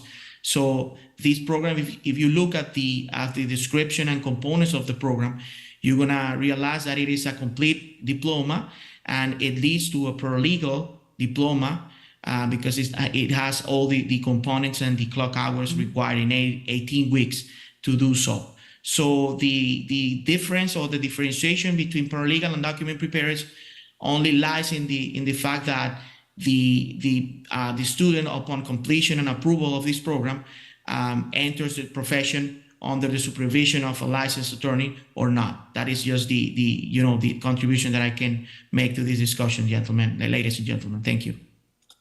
But it's so. If I may, maybe just to help Yes. to clarify. And I'm sorry, sir, I didn't catch your name at the beginning. The gentleman who just spoke. Nestor. Nestor Vilches. Okay, Mr. Vilches. Is the program intended to develop the skills of someone who is already a paralegal or a document preparer? Or is it meant to take someone who is not either of those things and turn them into one of those things, form them into one of those things? Okay, sir. Actually, the course that we have at the beginning was intended to improve the skills. Sir, I'm sorry. What the course was at the beginning is not at issue before the commission. What is this now, presently? Okay, now it has both intentions. If someone that has no previous formation can get the diploma and become a paralegal, and even existing paralegals can take this as a professional development in the profession. So that is the actual intent of the program. So if I'm understanding some of the concerns expressed by the commissioners, there's concern over the language of course versus program. Programs are typically made up of courses. Is that fair to say, commissioners? Yes. So my concern is now that what this started as to help people navigate the USCIS website, to fill out forms and to assist others to do those things is now going to lead someone to be considered a paralegal. And while there is in immigration, ma'am. Oh, I'm sorry. Pardon? Let me address that, please. Okay. Alexander Alfano here. Paralegals, this course will not create or certify paralegals. Paralegals, there's two forms to be a paralegal under the law. Number one is to work with an attorney. On day one, if you're working on legal matters with an attorney, you are, as of that moment, a paralegal under the law without having taken any formal training or courses or certifications, etc. The second way to be designated a paralegal is to register as a paralegal. Florida, for example, has the Florida Paralegal Registration Program, where you take I think a 12 or an 18-month course at local universities. They offer paralegal training certifications, and then you take an exam, and then you register with the Florida Bar. Then you are a paralegal. Notwithstanding the certification and the registration, you still are required to work with an attorney. The attorney requirement is not dispensed with simply by taking the exam and being registered. So what we do at the Institute is we train preparers and paralegals. And we train also self-represented individuals. And also we have on occasion attorneys take our course or our program. And I apologize that I may have misspoken earlier, but yes, we are focused as a professional development course in the past, but now we're focusing on And I apologize that I don't master the parlance, the vocabulary as well as I should, and that's why I asked Mr. Nestor to come alongside. So I hope that clarifies it. We do not certify paralegals to any extent. Notwithstanding, we have paralegals that attend our course in order to gather greater insight and knowledge as to how the website works and how the procedures of applying for immigration benefits proceeds. So just so we're clear, the purpose of this program, which the commission is being asked to license, is to prepare persons not currently employed, or rather to prepare persons to become document preparers for immigrants. Is that correct?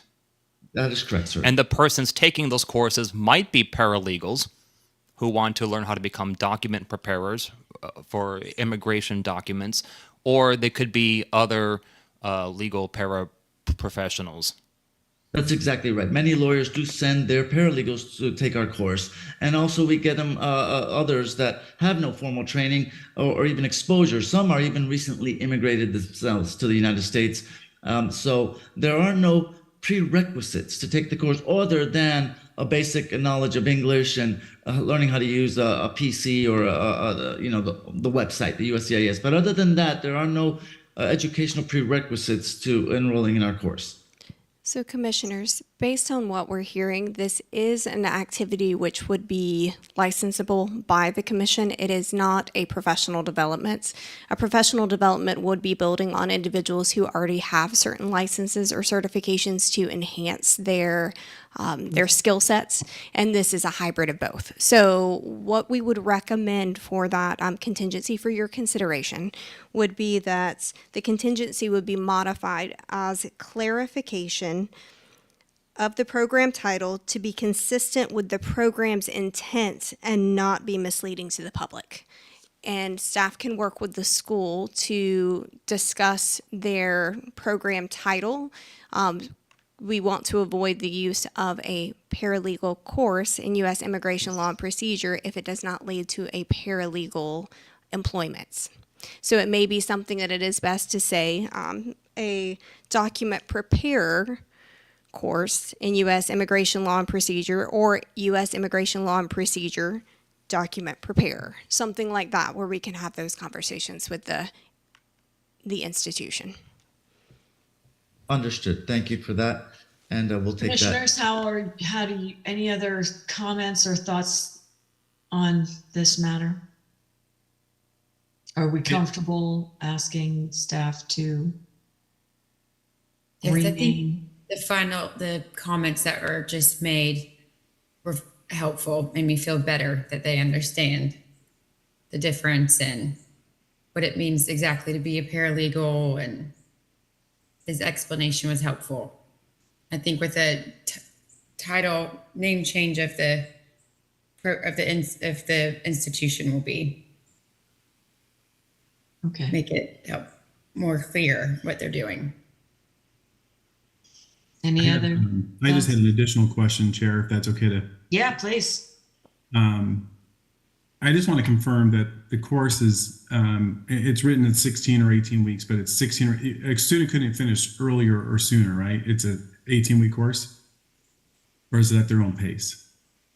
It is a synchronous 18-week course, yes. Okay, and the cost of the course is, total all-in cost is $1,875, right? $1,775 and $100 for application fee, and it adds also to $1,875, sir. Yes. And your new enrollments planned for the year is 640, right? For the first year. Yeah. So yes. in the Form 606, you have graduates coming out of month 2. You have graduates coming out earlier on every other month, which is obviously hurting your revenue if the revenue was calculated right. However, and this is something might be for you, Director, the tuition factoring may be calculating incorrectly because their tuition is double what it should be. And I don't think that's their error when I look at the numbers of enrollments and the duration of the program. So we might need to look at that. But in any case, the Form 606 needs to be revised. Because if you had all the tuition paid up front in every single course and not anyone drop, it's, less than half of that tuition revenue showing. But once again, I think that tuition factor is coming off of a line that it shouldn't be, possibly. Whether that's self-imposed or the school, incorrectly filled it in. We just got to ask for a new one, a revised one. Yes, we'll take that. I made note of that. I have one question for I'm sorry, that was for the executive director. And let's just resolve that real quick, and then you can ask your next question, sir. Yes, so staff would request that be an added contingency to request submission of an updated 606 form. Thank you. Okay, I'm sorry. Go ahead, sir. Yes, thank you. Just for clarification, I understand and I appreciate that there's a concern regarding the program title. Would that require changing the name of the institution or just the name of the program or the title of the program? The name of the institution? It would not be the institution. You're saying, Commissioner Morty, it would be? I would say no. But if they're not teaching paralegal, if I'm a prospective student and I see Paralegal Institute, I'm going to think that I'm going to go there to get a paralegal title. If I may clarify, and Mr. Alfano, please correct me if I'm wrong, the Paralegal Institute does offer several courses for professional development of paralegals, which this commission does not license. In addition to those, it is offering this particular program for document preparation, which does need to be licensed by this commission. Okay, now I understand. So it would not require them to change the name of their institute, but instead we're talking about the licensed program. That name needs to be clarified because of the way it's currently worded is. So I think because of the word institute, it's okay if people understand. I'm just thinking of a prospective individual. Sure.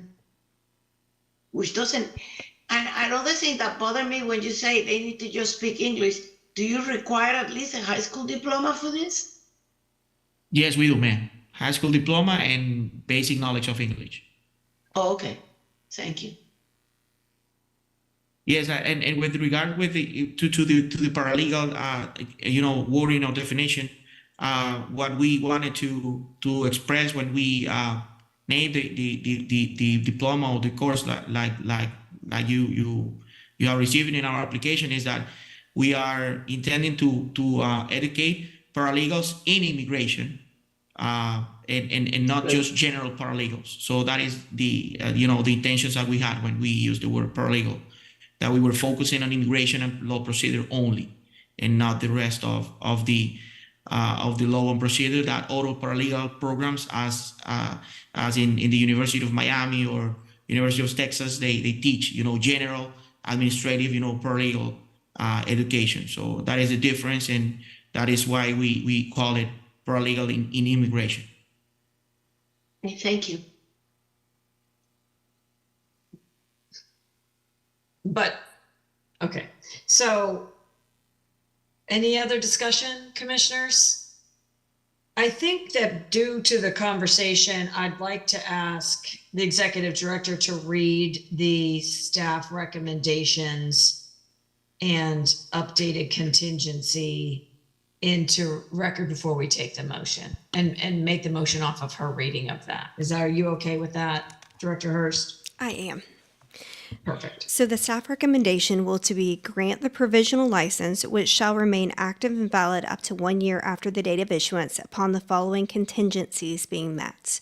1, clarification of the program title to be consistent with the program's intent and not be misleading to the public. The title should be consistent throughout all documentation. Number 2, submission of an updated 606 form.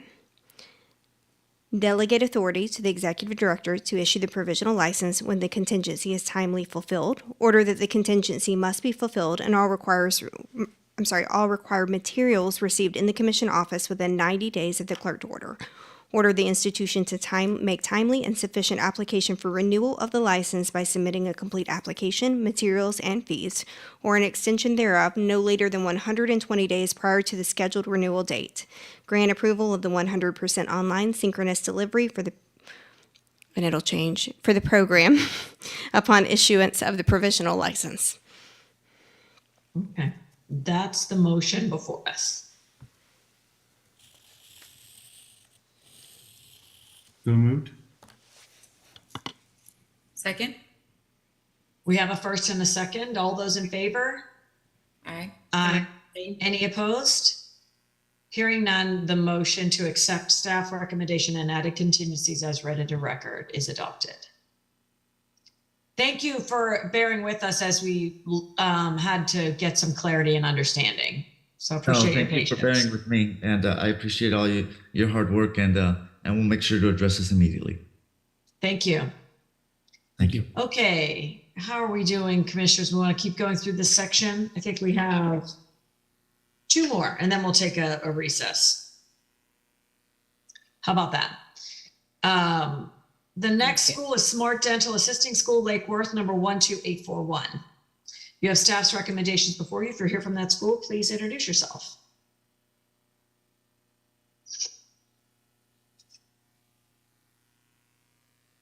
Good morning, commissioners. My name is Noelia Urena. I'm the school director and owner of Smart Dental Assisting School. I am grateful to be here, so thank you for having me. Thank you. Thank you for being here. Commissioners, any discussion, questions? I guess for me, I'm going to ask, just because we've seen several dental schools this morning. So tell me what makes your dental school different in your marketplace? Okay, so what makes us different is that we saw a need in our community. So we are trying to fulfill that need. There are a lot of dental offices opening and not a lot of dental assistants. There is a lot of job openings for that. There is only 4 schools that are comparable to our program in the area. And the closest one, it's almost 9 miles away. So because it's in a high demand and we saw a need, so that's why it makes us a good fit for our community. And do you have alignment with dental offices? What does your clinical affiliations look like? What do they look like? Yes, I do. I have a lot of dental offices affiliated with the school. Already, I've been in the field for almost 20 years. So yes, we do have that already in place. How many? At the moment, we have like around 10 offices with the already signed up, but I have a lot of connections in our community, so. How many students are you anticipating? For the first year, we're trying to be conservative. So we anticipate 52 students for the year. And for the first class, we are forecasting maybe 6 students. And because it's just 8 weeks, and then every 2 months, it'll be increasing, hopefully. That's what we hope. Okay. Sure, if I can ask a question here, can you Please. help me understand the prerequisites for your EFDA program? What does a person need to qualify to enter this? It's just a person that is eager to, a young, motivated individual pursuing a career. High school graduates, career changers, individuals that desire a quick path to a new career, or that require a flexible scheduling, or that can't afford college degrees. And so is a high school diploma a prerequisite? High school diploma, because we're trying to serve the community, we don't require it. What we do require is an interview prior to registering the school. So for that, as per rule for the CIE, if the program is not, I believe 450 hours, if I'm not mistaken, you don't require a high school diploma. Dentistry, it's more hands-on. So it's more if you're eager and you're good with your hands and just good communicating with people. That's what we see in the interview. And that's what we get to feel. But just to serve the community and to, we're trying not to, because even a person still in high school, even a 16-year-old or so that would like to have a part-time job could do it. So not necessarily just finishing high school. And how long does it take? I mean, I heard you give me the hours, but how long does a person take to complete that matriculation? 8 weeks. You guys are laying into it, right? So it's an intensive program, I guess I should say. Yes, and that's why dentistry, like I just said, it's more hands-on. So that's why we, the way we designed the program was to be in campus. The thing is that doctors now, dentists, they don't want to, instruct dental assistants. So that's why we do it all that we can in the campus, in the school. So once they go for the internship, they're kind of already trained and they don't have to go through their training, if that makes sense. It does. Thank you. Thank you. How does this differ from a dental assisting program? You know, the ones that are 7 months. Does it qualify you for something different, or can your graduates still become a full-fledged DA by working on the job, or do they have to go back to school to get more hours? The only difference is just the time. There's no difference on that. Our program is 135 hours. And if you could see the breakdown, it's only 26 hours of theory and 54 hours of lab. And then we have the 55 hours of the externship. Mm-hmm. Why we broke it down that way, it's because, like I said, hands-on, it's so important. They have to know how to do crowns, bridges, and how to suction. So you cannot do that virtually. You cannot do that. So that's why we try to cover more hands-on in school, and then kind of like the same amount of hours for the externship, just so they could see how all of that plays together in real life. So, and that's how. So how does it differ from those like 10 months or a year schools? It's just that they give more theory and not more of the hands-on. That for us, the hands-on, it's what's, because you can know it, but if you don't know how to hold the suction, if you don't know how to do that crown, it doesn't help. So it doesn't. So the one that's longer and actually has 240 hours of externship, or does have that externship, does it qualify them for a different type of job, or is it the same job? Does your graduates have the same access to the same jobs as someone in a full-fledged longer program? It's the same job, the same exact job they'll get. Mm-hmm. Thank you. And nice job on your financials and forms. I really appreciate the diligence you put through that. Really nice job. Thank you. I mean, I can't get all the credit. it was also my educational consultant, Rosario Nunes. So Well thank done. you. Any other discussion? Hearing none, we'll take a motion to accept staff's recommendations for Smart Dental Assisting School Lake Worth number 12841. So moved.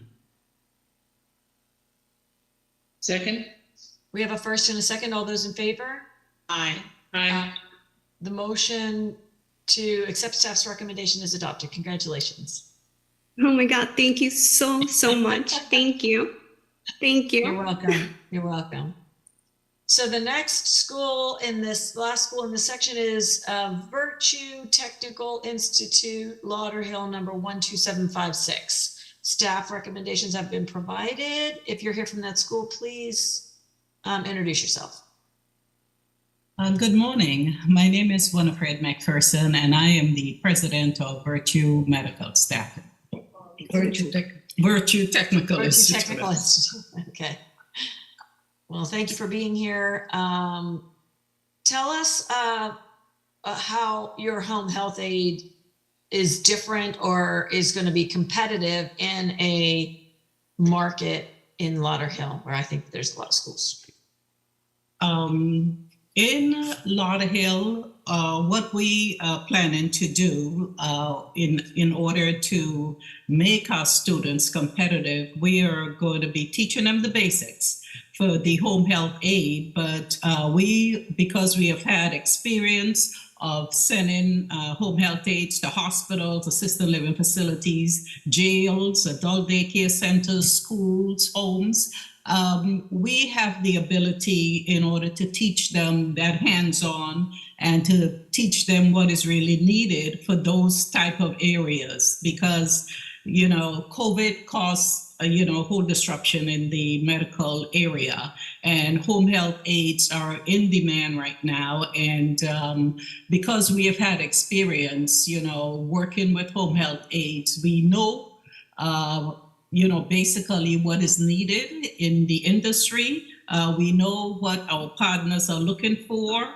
We have affiliations with several different people in the medical industry, the assisted livings, the hospitals, adult daycare centers, like I mentioned. So we have some insight on what these clients are actually looking for, and we'll be able to train our staff accordingly.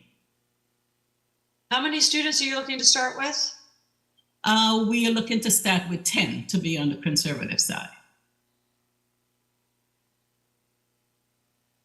And what's your marketing strategy to get to those 10 students? Well, we'll start out with, grassroots. We already have some folks that, ask, about training, since we put out staffing, but we are looking at starting with the grassroots, and we do the social media. We'll do referrals. We have walk-ins, word of mouth. We also have the waiting list, like I mentioned. And the area that we are located in, we have all, public transportation, right, around us. We have a lot of people walking by, so we are not going to have any problems attracting students and getting students for the class.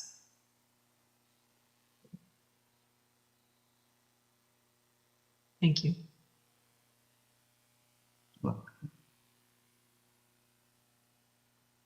Any other questions, commissioners? I'll just make a comment. I think this is a very high need area for the workforce, especially in long-term care facilities, such as nursing homes and assisted living. And I know the federal HHS just came out with new staffing requirements for long-term care facilities. And especially in Florida, where our facilities are having trouble meeting those. So I think this is a very high need profession, and I hope you'll partner with as many long-term care facilities as you can, because I know they're all looking for qualified staff. to help care for the residents at their centers. Yes, most definitely. And what are you anticipating as starting wages for your students? We are looking at $15 because that was a new mandate that came out from the state. So the basic minimum would be $15, but we are looking to increase it, according to the clientele that we have and whatever we could negotiate.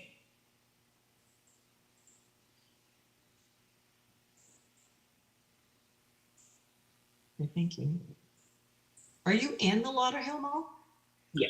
Yes, we actually are. We on the outside of the Lauderhill Mall, facing 12th Street, if you know the area, and right across from the parking lot, so you can walk right into the building. Okay, great. Thank you. You're welcome. Madam Chair, I just have a quick question on Sure. The name. So Virtue Technical Institute, when I see that, I envision different type of programs. So, and I'm not saying it's misleading, but I'm just curious to know why you have the word technical in there. Technical because we don't want to just lock in the HHA program. We actually will be teaching CPR, and we'll be teaching, we're looking going forward to teach continuing education classes. So we wanted to keep it open that we can come back and add programs, in a technical area for any entry level type of program that is needed, because in the area that we're in, we have, the population are a lot of entry level. We would find a lot of entry level folks here in the Lauderhill area. Okay, thank you, and well done on your business plan as well. Nice job there. A lot of diligence in it. Oh boy. Any other discussion? Hearing none, we'll take a motion to accept staff's recommendations for Virtue Technical Institute, Lauderhill number 12756. So move. Second.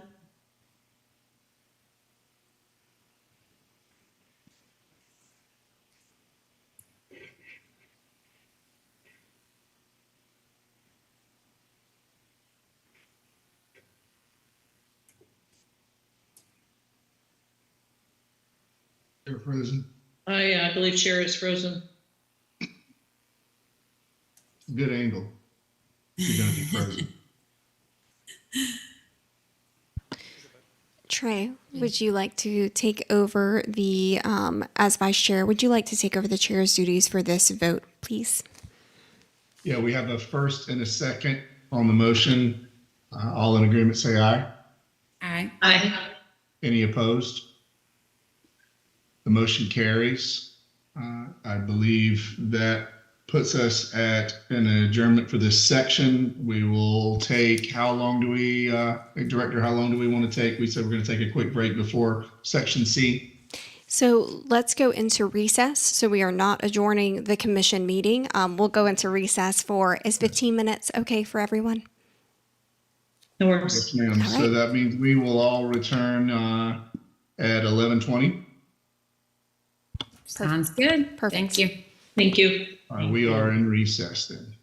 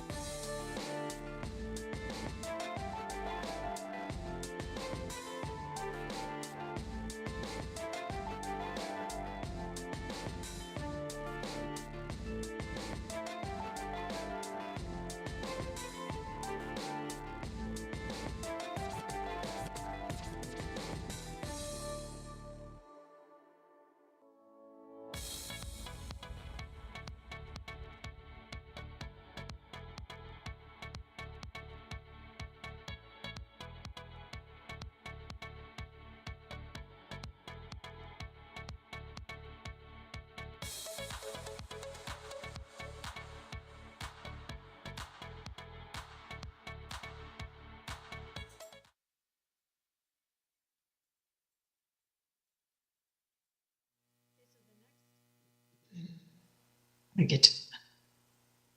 The item C on the agenda is applications for annual licensure. There are 16 items in this section. We will take these institutions individually. The first school is Baptist Health Clinical School, Jacksonville Beach, number 10245. Staff recommendations have been provided. If you are here from the institution, please introduce yourself. Hello, my name is Shayla Braddock. I'm the program coordinator for Baptist Health Clinical School. I'm also here with Nicholas Collingwood, who is our director of nursing program, and Nola Lanham, who is our program director. I just want to let you guys know that we have had a terrific first year at Baptist Health Clinical School.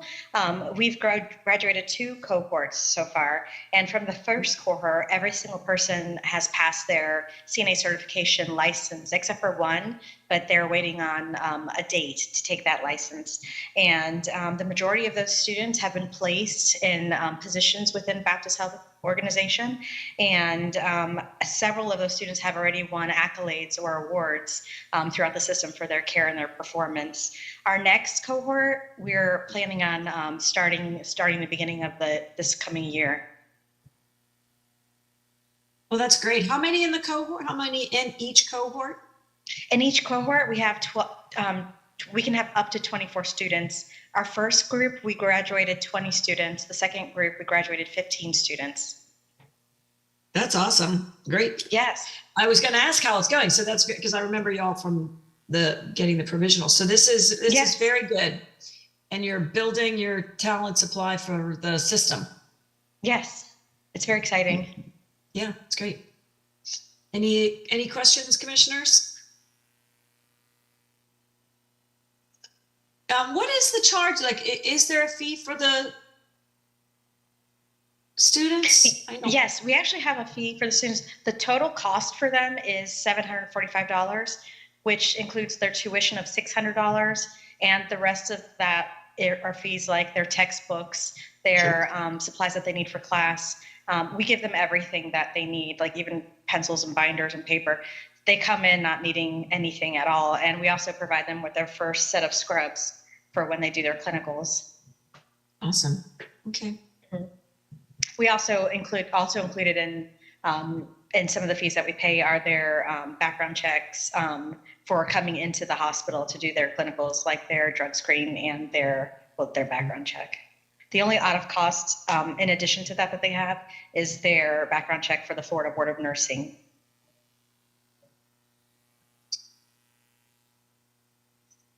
Any comments, discussion, commissioners? Hearing none, we'll take a motion to accept staff's recommendations to grant the annual license, Baptist Health Clinical School. Thank you. So moved. Second. We have a first and a second. All those in favor? Aye. Aye. Any opposed? Hearing none, the motion to accept staff's recommendations is adopted. Congrats. Thank you. Thank you so very much. Very good. Number 2 is Beauty on Fleek School, LLC, Orange City, number 11383. You have staff's recommendations. If you are here from, we have staff's recommendations. If you are here from that school, please introduce yourself.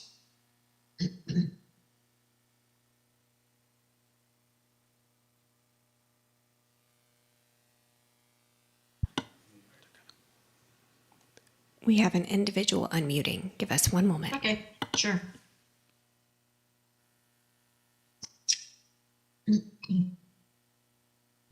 Ms. Ortiz, can you please unmute yourself?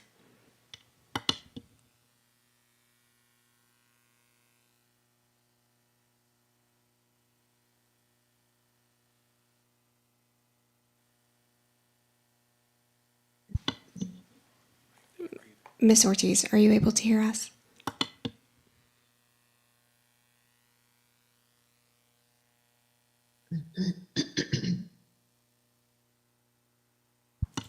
It appears she's having technical difficulties. Okay, well, we can start with some discussion. Any questions or comments here, commissioners? Was looking at the graduates and placements. The notes said the first spot was November 2022, 27 grads and 21 placements. So off to a good start. Chair, I was making sure that I wanted to understand in the staff recommendation about the financial statements of controlling principals being requested because the institution financials themselves are probably not capable of being self-sustaining. Director, is that why we have that contingency in there, just so I can feel better about what those financials look like? The financial statement of the controlling principals is required pursuant to that rule because they have less than $100,000 of tuition revenue. And that hasn't been provided, and now you're up to this point?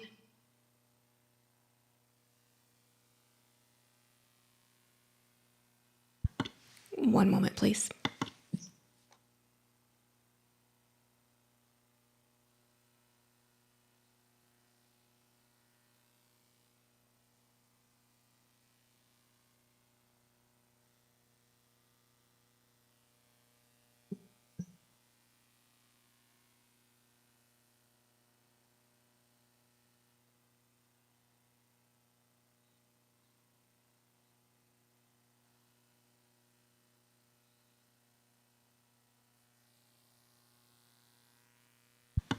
Our database is taking a moment to load. If you want to continue to move on to other Sure. questions, and we will let you know the answer in just a Sure. moment. And I guess it doesn't, I mean, the contingency is requiring that it be compiled, reviewed, and audited, by an independent certified public accountant, et cetera, and that it's demonstrating sufficient resources. I guess I'm just curious to know why it wouldn't have been submitted up to this point for the annual license, knowing that the actual financials were not representative. But I guess if that's the contingency and that it gives then I'm fine with it. I just was curious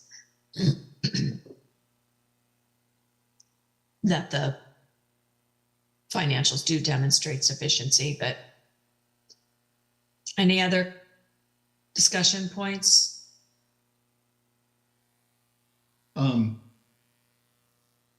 I guess my last point was maybe it's in there from the, okay, never mind, it's in there. I see it. Sorry, Chair.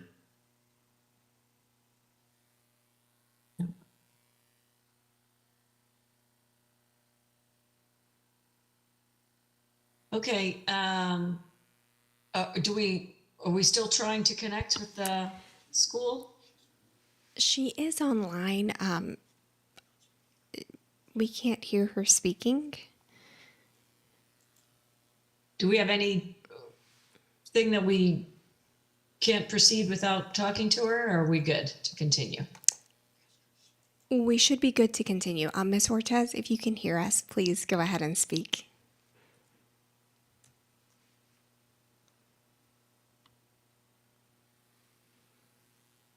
All right, well, if there's no further discussion and we have the contingency for the financials and the providing authority to the executive director, we'll take a motion to accept staff's recommendations for Beauty on Fleek School.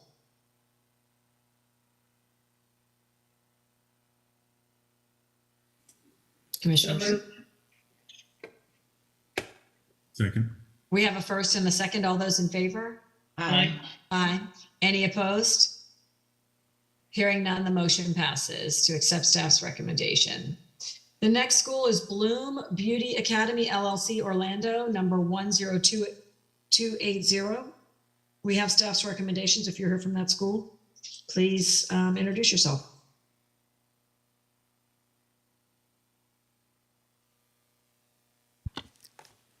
There is not a representative on the line. Okay. I see that a site visit was conducted. Are there any questions or considerations here, commissioners, that you'd like to discuss?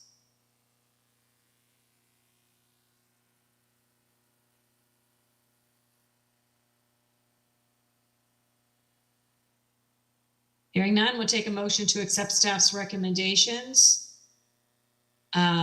for Bloom Beauty Academy. So move. Second. We have a first and a second. All those in favor? Aye. Any opposed? Hearing none, the motion passes. The next school is Ellie's Beauty Academy in Lakeland, number 9146. You have staff's recommendations before you. If you are here from that institution and would like to introduce yourself, we'd be happy to chat. Hey, good morning, commissioners. This is Ellie Cease Castrion, owner and lead educator of Ellie's Beauty Academy. How are you guys doing? We're great. How are you doing? I'm doing good. It's been a wild ride so far. Yeah. How's it going? It's going really good. Actually, after the provisional approval, I ended up getting pregnant. So I guess you could say that was from celebratory, but I ended up having another baby in April of this year. So I started my first group of actual students in January of 2023. And then I actually took some time off, obviously, for maternity leave, but have still been growing, successful, some trial and errors along the way, which is anticipated. But so far, I've had 5 successful graduates with job placement, and I have 2 currently enrolled, getting ready to graduate beginning of December with potential job placement as well. So very excited about that. Great. And was that the number you were expecting, or you anticipating? According to the original business plan that I had put in place, I only wanted to take maybe 1 to 2 students every month. And so actually from what I'm seeing for the first year, and actually starting kind of late in the year, I would say actually starting in January, I'm happy with the numbers. I'm growing. The kids are getting older, so they're being a little bit easier to, find a nanny, find babysitting. And I have also been offered by my current landlord of the establishment 2 more units that are connected to the same building. So we're looking possibly for expansion, and then possibly with the addition of the hybrid, I'm looking forward that will be pretty successful as well. I've said it before with the provisional, it was, numbers are great and money is excellent, but I just want to see students be successful in this career, and I've just seen it flop so many times. So I'm over the moon, honestly, with what I've achieved so far. Okay, I'm glad to hear that. Any commissioners, any other questions, conversation? Hearing none, we'll take a motion to accept staff's recommendations for Ellie's Beauty Academy, Lakeland. So moved. Commissioners, could I say one thing before you guys take your vote? I'm sorry. Sure. I did on the staff recommendations, I did email an updated copy of the occupational licensure. And I also have a scheduled on-site visit November 14th at 1:00. So I just wanted to put that out there in case you guys weren't sure. I also revised for the online portion, for the online delivery explanation. I revised it and I resubmitted it just because I wanted to go a little bit more in depth with it. After I reread it the first time, I wasn't really happy with it. So I did revise it and I did resubmit it. Okay, and it just might not have caught up with the planning of the meeting and the agenda, but that it's as long as you're meeting these obligations within the time period of the clerk's order, you're good. So sounds like you already will have done that. So thank you. And so we have a first and a second to the motion to accept staff's changes. All those in favor? Aye. Aye. Any opposed? Hearing none, the motion passes. Congratulations. Continue Thank you so good luck much. to you. You guys enjoy your weekend. I'd like to welcome Dr. Stefano. Thank you for joining us. Good afternoon. Thank you. Almost. Good afternoon. The next goal is, I better get to my notes, is Fleet Force Truck Driving School Venice, number 11399, as well as number 6 and 7 and 8 are the different schools. We'll take them individually, but we'll declare the notice for Commissioner Williams as an affiliate of this school, and will need to abstain from voting on these items for all of them. So that's 1, 2, 3, 4, right? 1, 2, 3, 4. Yes. So the first one in the fleet is, no one caught my joke, Venice, number 11399. We have staff's recommendations. If you are here from the school, Commissioner Williams, would you like to address anything about these four? They are all mirror images of one another. We're one entity, one business, one leadership team, one catalog, one curriculum, one test. So when you're assessing these, you're assessing really spokes in a wheel, not independently operating units. Okay. And you have some site visits coming up. One, you've already had a site visit in Palm City. Yeah, that's the only one of the four that's not located on a college campus. And I was there for the site visit in Palm City. That one happens to be operational at the terminal headquarters for Armalini Express Line. So it's real world training and at an actual trucking company on site of their facility. Real world training, but real world consequences, right? We don't get the luxury there of a empty parking lot. We have actual business going on all around us. So it's good training for those guys in those locations. Both Venice and Bradenton are State College of Florida locations, the same enrollment partner. It's just two of their campuses. Fort Myers being located at Hodges University off Colonial. Okay. Commissioners, any questions? Comments? I know we talked about Fleet Force a little bit ago in their new school, so. Yeah, my assumption is that it's very similar to the one that you have in Broward. They're exactly the same. And there's as many need for jobs there as it is here. Every town in America. Yes, ma'am. Okay. I forgot, how long do they take normally to It's be? a full program, 160 hours. So we're 7 a.m., 4 p.m., Monday through Friday.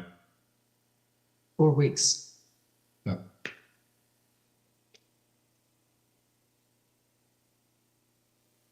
Any other discussion, comments?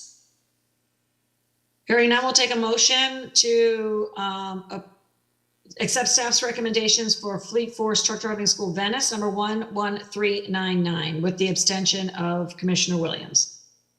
So move. So move. We have a first and a second. All those in favor?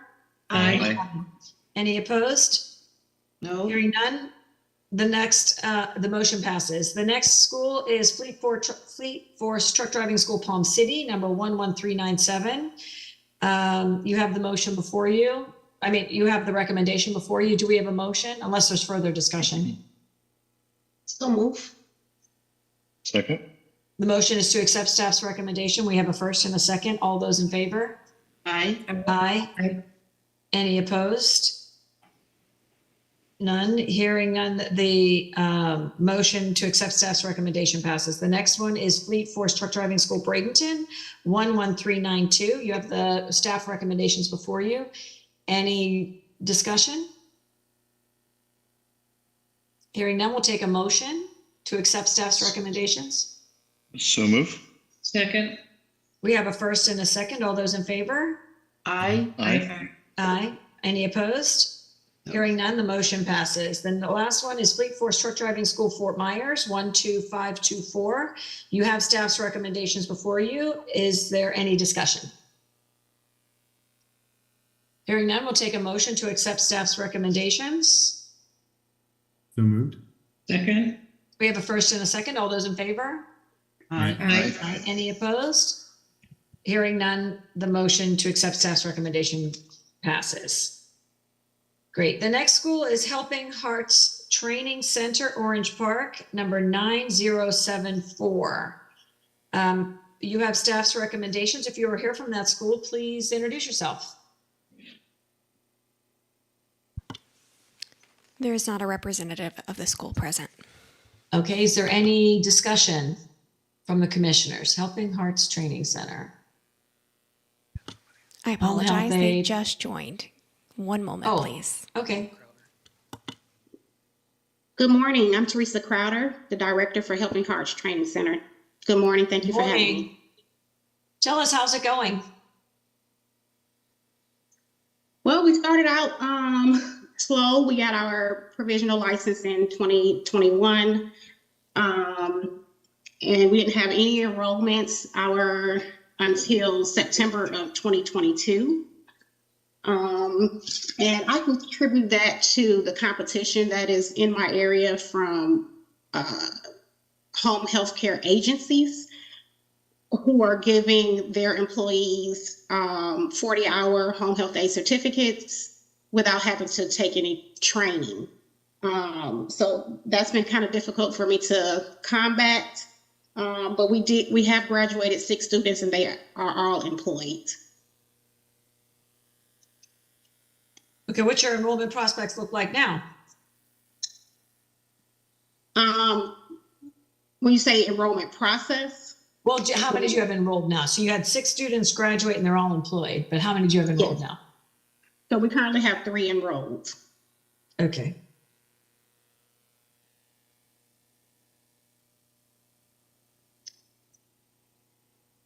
Commissioners, any questions?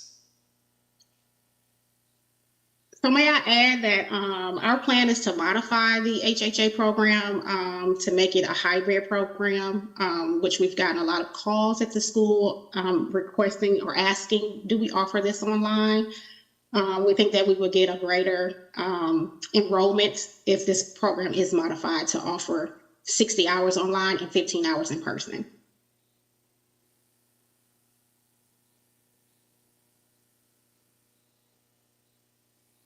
Okay. If you do modify the program in that way, what is your marketing strategy to acquire a larger prospective student body? Our plan is to grow partnerships with local nurse registries. The nurse registries are not allowed to offer HHA programs unless they are a school, and we are working to become a nurse registry ourselves. Well, myself, I'm working on an application right now to become a licensed registry. So I think that will bring me more students when they know they will be able to potentially have a job with my company. We have partnered with a few nurse registries local here, and they have been sending us, students have been calling and interested in the program. So I'm hoping moving forward, one, becoming a nurse registry and partner with other nurse registries will beef up our enrollment.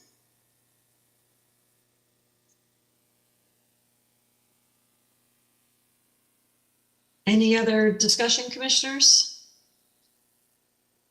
Is there a motion to? Go ahead.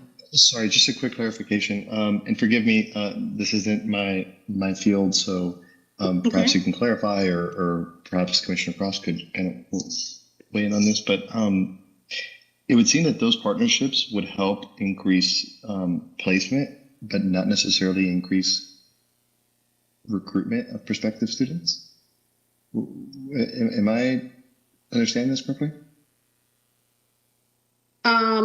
So those partnerships will increase enrollment because when they go into the nurse registry to apply for an HHA job, if they don't have the certificate already. So what a lot of people are doing, those certificates that they get from the home health aid agency are only good for that home health agency. So what they're finding out when they want to go get another job someplace else, that certificate no longer be used. And that's where Helping Hearts come in at. When they show up at the nurse registry and they don't have the proper 75-hour certificate, then they're given my information to contact. Awesome. Got it. Thank you.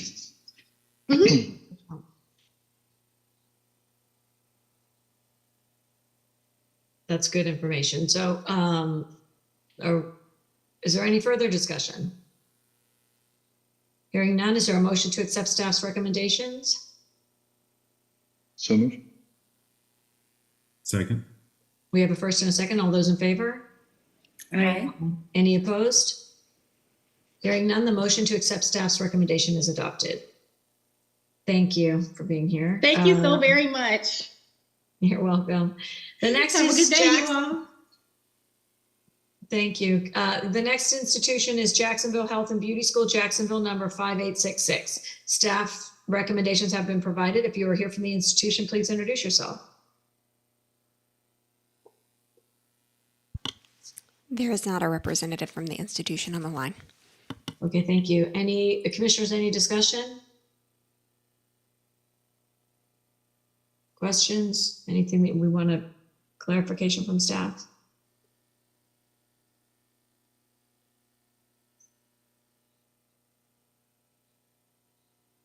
There was an on-site visit. That was in September of 22, and it wasn't closed until October of 23.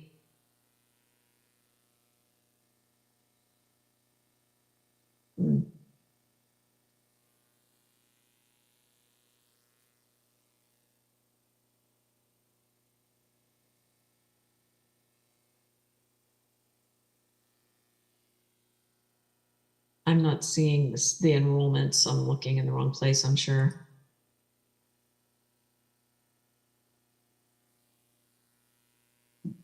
What are the, Tiffany, what are the enrollments for the school?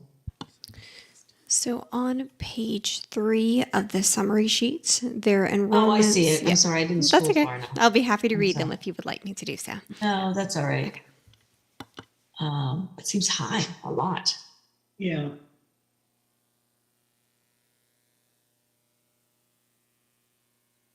Ver este vídeo, te aseguras que hoy vas a comer pura All right, well, any discussion? Hearing none, we'll take a motion to accept staff's recommendations. So moved. Second. Second. We have a first and a second. All in favor? Aye. Aye. Any opposed? The motion to accept staff's recommendations is adopted. The next school is Landis Emergency Training Services, Sarasota, 10262. We have staff's recommendations. If you are here from the institution, please introduce yourself.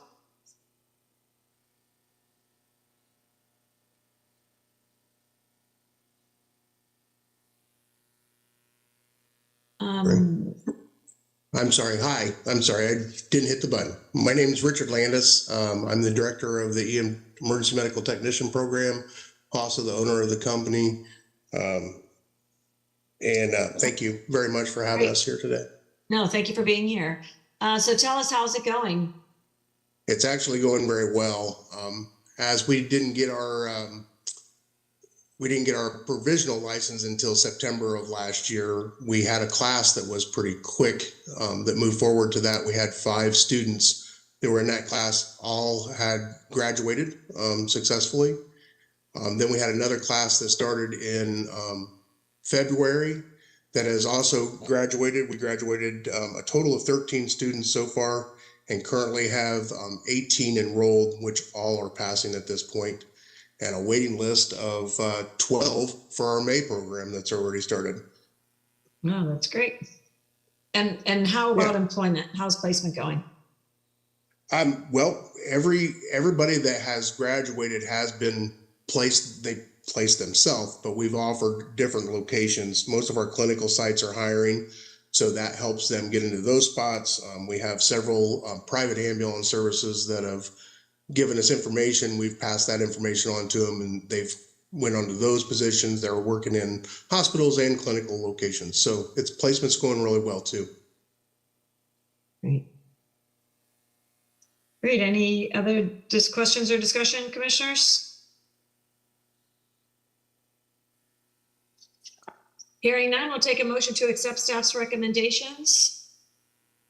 Okay. On the recommendations, I'm sorry, I don't mean to interrupt. Go ahead. The site, we have not had a site visit yet, and I didn't know anything about that until just last week. So I'm going to get that scheduled immediately. As for the payment for the Student Protection Fund, that's already been made and paid, so that's all done. at this point. Okay, great. And sometimes they just don't all catch up to the actual contingencies, but as long as you're then well cleared in advance of the 90-day. So you're in good shape. Awesome. Thank you, ma'am. Sure. So do we have a motion based on staff's recommendations? So move. Second. We have a first and a second. All those in favor? Aye. Aye. Any opposed? Hearing none, the motion to accept staff recommendations is adopted. Congrats. Thank you. Thank you The very next much. is Medical and Health Sciences Institute, Miramar, number 6525. We have staff's recommendations. If you are here from the institution, please introduce yourself.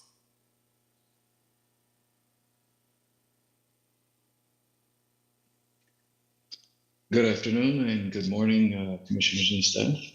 Dr. Jose Otero from Otero Consulting Group, representing this particular client who couldn't be here today.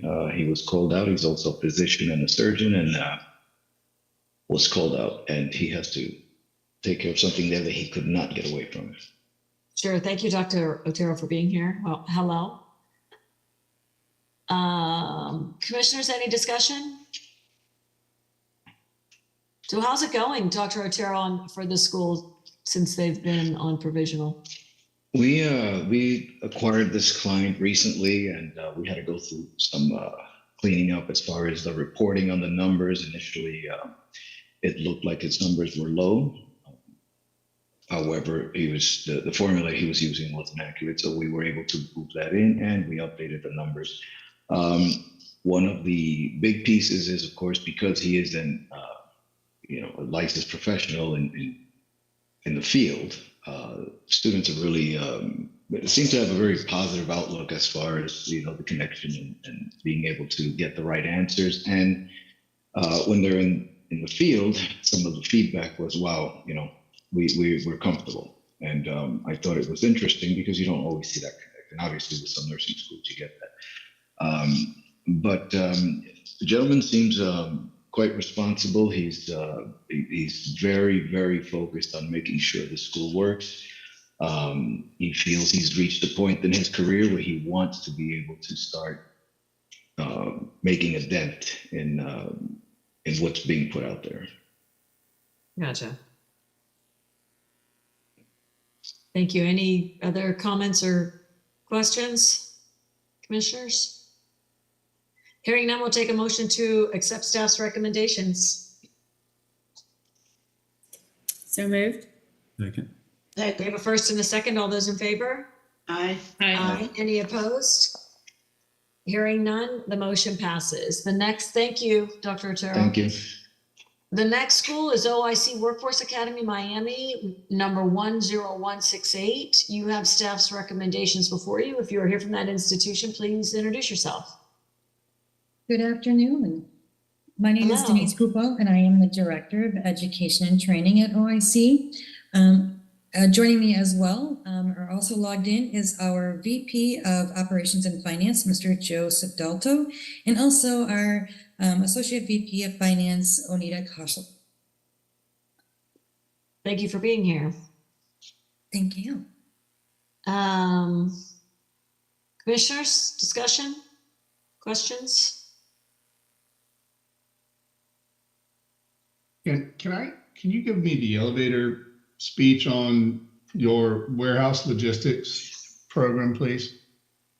Sure. Our warehouse logistics program it's a 300-hour program, and that program provides the students to gain the knowledge and insight on warehouse industry in all different various positions. And in addition, when they're during that program, they also seek and take an exam and receive their certified logistic technician certification, which is very well recognized within the warehouse industry. In addition, they also attend and complete a forklift and scissor lift class, gaining that certification, and also OSHA 10 general, just to ensure that, safety first.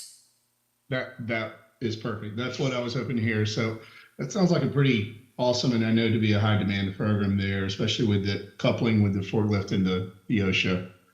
Right. Thank you for that explanations. I have a feeling you guys are very busy with that, right? Yes, we're starting, we're starting to really pick up movement on that. I think, just a lot of initiatives are happening in Miami, and it's a booming place right now. A lot of stuff happening. And tell me the advantages of the food services operational program over the training that one would receive at a proprietary level at a food service establishment. Sure. In our food operations program, this really focuses a lot on more safety. We really, some of the other shorter certifications or programs are pretty quick coming in. I don't think they have that deep focus like we do. So it really, it puts them at the edge of also working in the industry, but also having the opportunity because of also be certified as a for management as well. So it gives them those cross credentials that can place them in higher positions.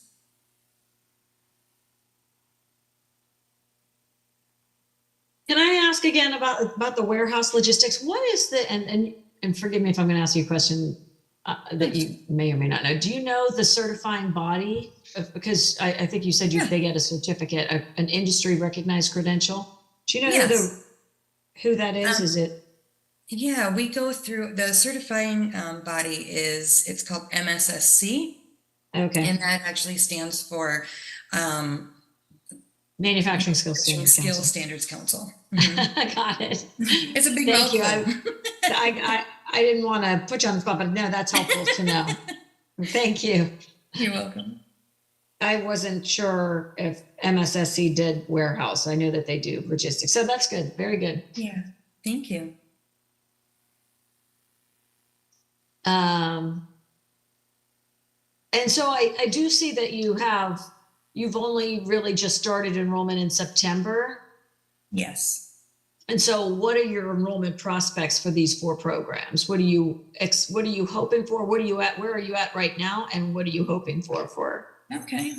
Yes, we have adjusted, as most higher education or educational institutions are feeling a little crunch on the enrollment. We have actually increased our marketing, but currently, we have individuals in our CompTIA Plus program, and we are actively recruiting for warehouse construction and the other. And generally, we're hopeful that by the first of the year, we will be starting cohorts with roughly about, I'd say, 12 in per class.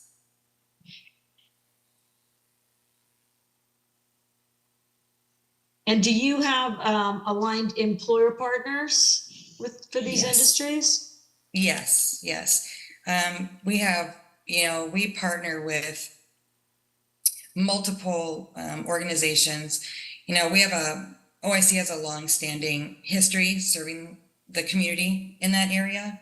And so we have a lot of community partners that we partner with, like Broward College, Department of Labor, Department of Corrections, but also we have a really active relationship with the employers in that area. Hence is where it, guides our trainings to ensure that we can place them. Righty then. Any other thoughts or questions, commissioners? Hearing none, I'll take a motion to accept the staff's recommendations for OIC Workforce Academy. So moved. Second. We have a first and a second. All those in favor? Aye. Aye. Any opposed? Hearing none, the motion to accept staff's recommendation is adopted. Great job. Thank you so very much. You guys have a wonderful, wonderful weekend. Thank you for your time. You too. The next school is Southern Technical Institute Orlando, number 5392. We also have Southern Institute Pinellas Park, number 3919, and Southern Technical Institute Tavares, number 4455. We have staff's we'll take them individually, but we have staff's recommendations. But if you're here from that institution, please introduce yourself. Good afternoon, Commissioners. My name is Sheila South. I'm the Director of Education for Southern Technical Institute. Welcome. Thank you for being here. So is there a unique difference between the Tavares, Pinellas Park, and Orlando locations? No, we've actually been in business for a while. We went to provisional because we had new ownership, but they essentially are just located in areas where there's a great need for home health aides, phlebotomy techs, and patient care assistants, as there is throughout our state. Thank you. Commissioners, any questions, discussion?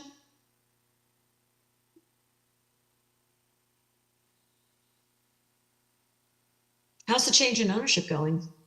Wonderful, wonderful. We're real excited. I feel like we got a kind of a whole new lease on life now. That's cool.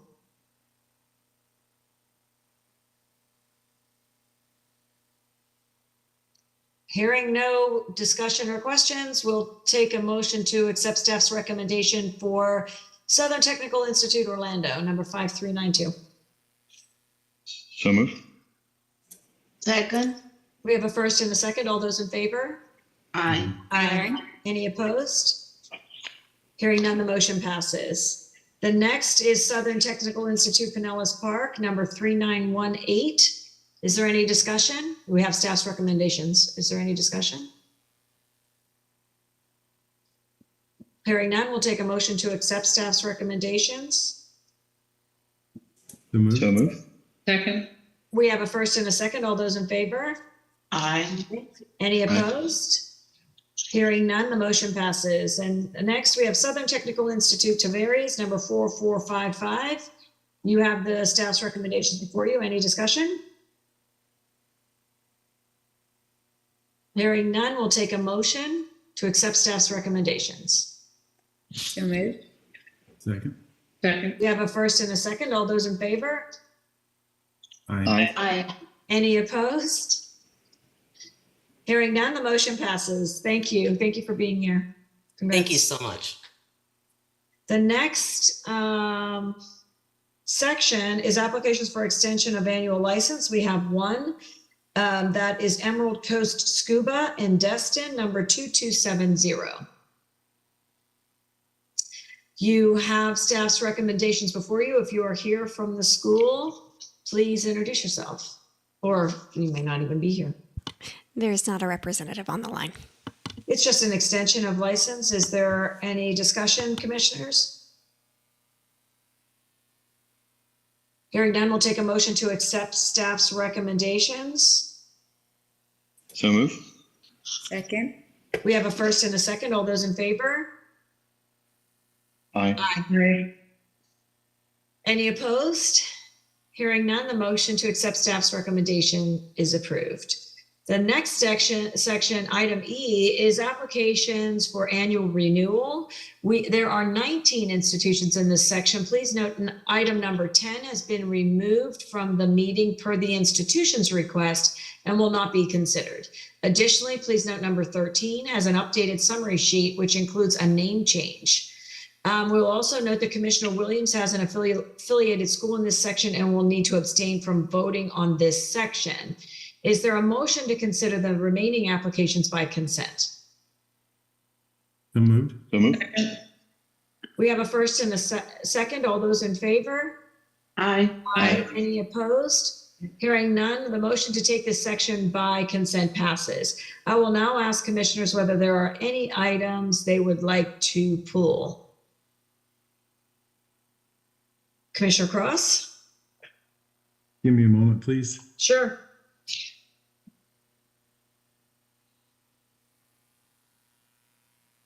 I don't have any, Chair. Okay, Commissioner Marty? 10. I think 10 has been pulled from. Oh, that's the one that was pulled from the. Yeah, Okay. 10 has been removed from the meeting. Okay, perfect. Okay. Okay, so do you have any others? Nope. No. Commissioner Stefano? None at this time. Commissioner Taylor Ellis? None, thank you. Commissioner Whitaker?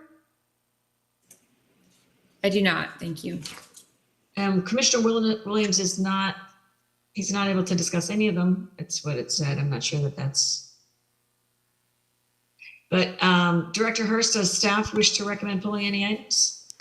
None. And Commissioner Williams can discuss the others. He just cannot vote on his own school. On his own. So that's what I thought. That's just not what I said. Sorry. So Commissioner Williams, do you have any that you'd like to pull?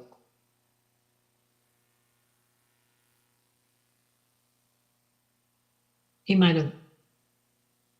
I'm not hearing any. So I'm not even seeing him. He had to anymore. step out for a moment. Okay, sorry. Yeah, I see that now.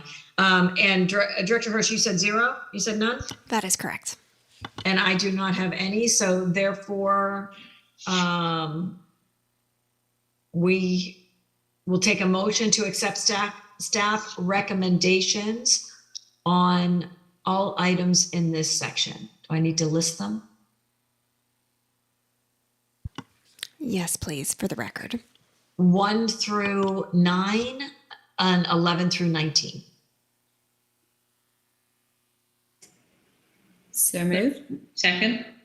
We have a first and a second. All those in favor? Aye. Aye. Any opposed? Hearing none, the motion passes. Next, we have application for license by means of accreditation. We have none of those in this section. In section G, there are 17 institutions. For annual review of license by means of accreditation, is there a motion to consider these by consent? So moved. We have a first and a second. All those in favor? Aye. Aye. Any opposed? Hearing none, the motion to take this section by consent passes. I will now ask commissioners if they have any items they would like to pull. Commissioner Cross? There's none. Commissioner Marty? No. Commissioner Stefano? One moment, please. Sure. Done.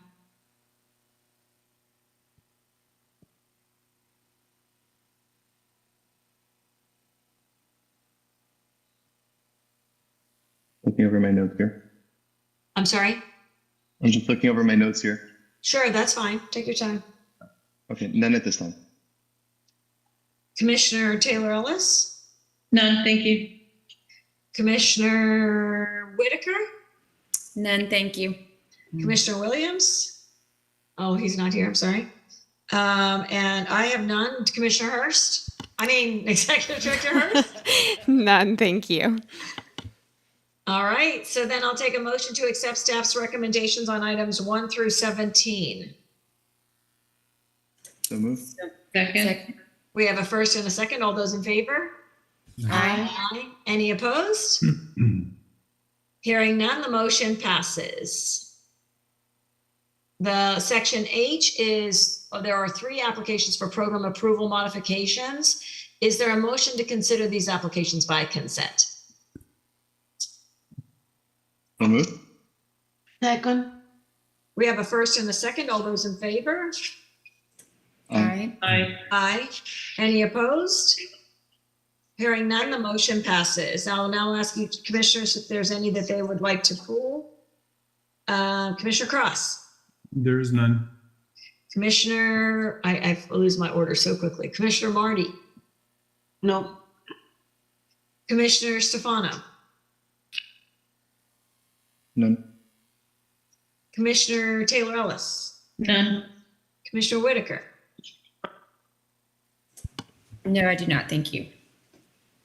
Director Hurst, does the staff wish to pull any items? Yes, we would like to pull number 1, ICR Florida Education, North Miami Beach, number 6286. Okay, and I do not have any to pull, so I will take a motion to accept staff's recommendations on item 2 and 3.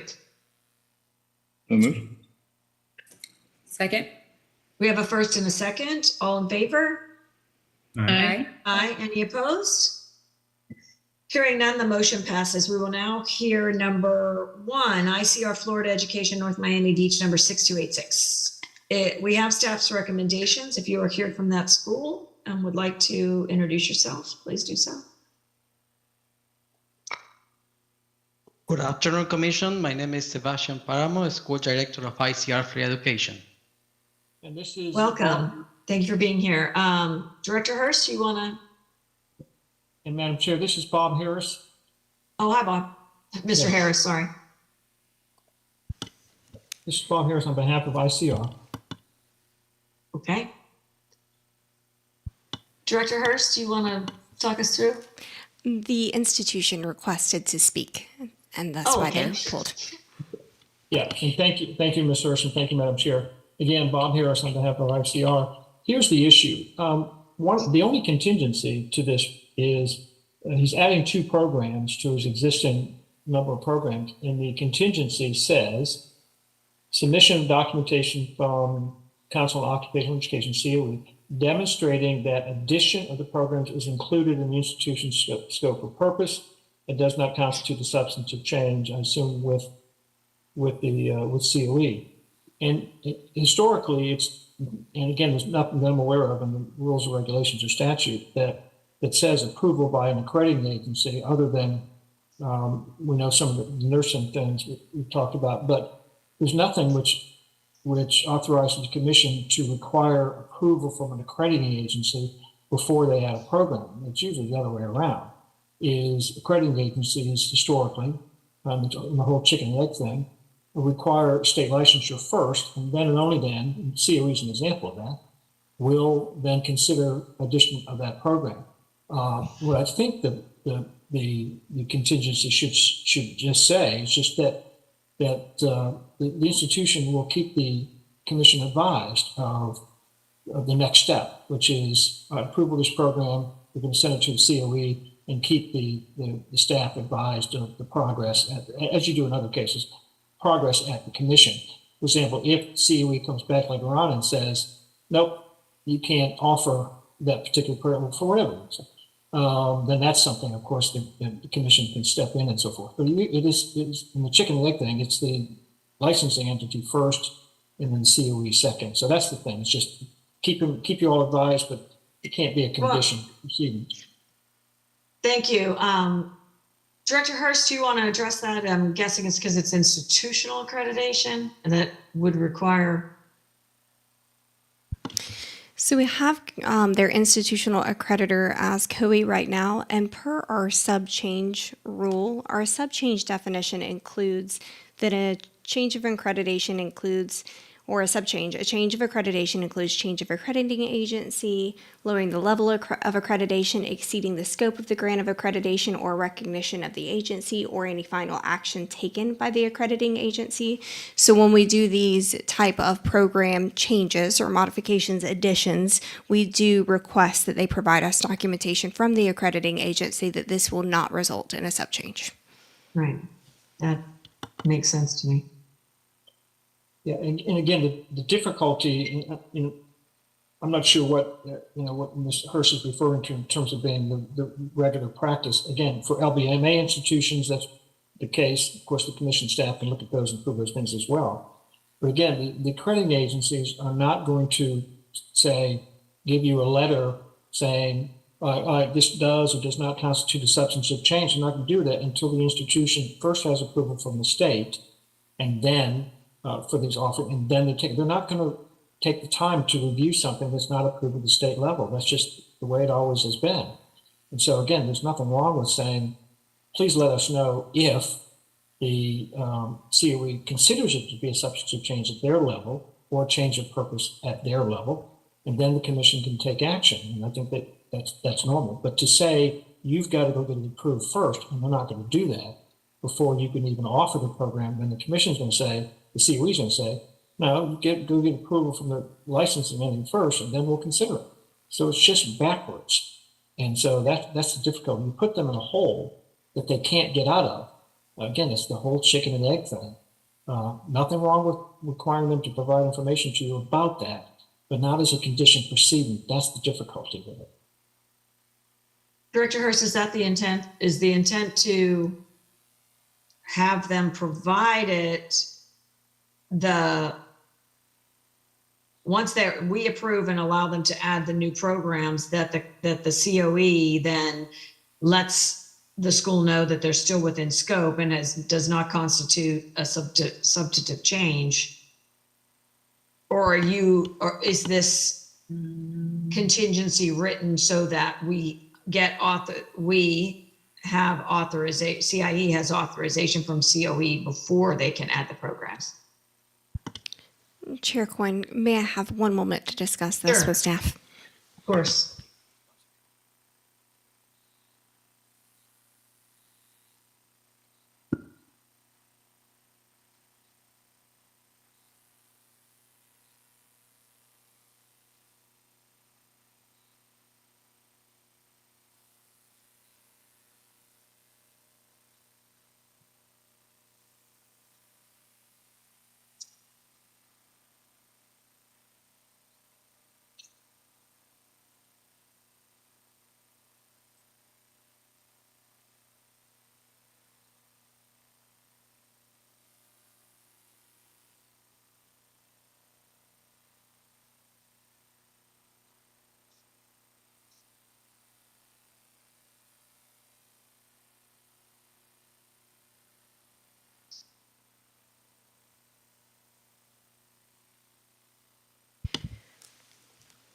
Chair Coyne.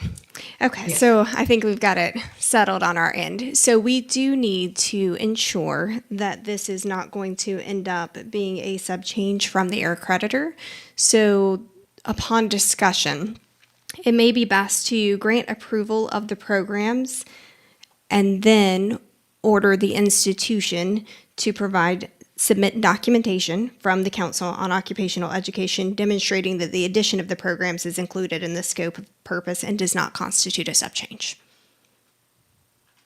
So that's also the chicken and the egg. I believe so. Mr. Harris, is that correct as well?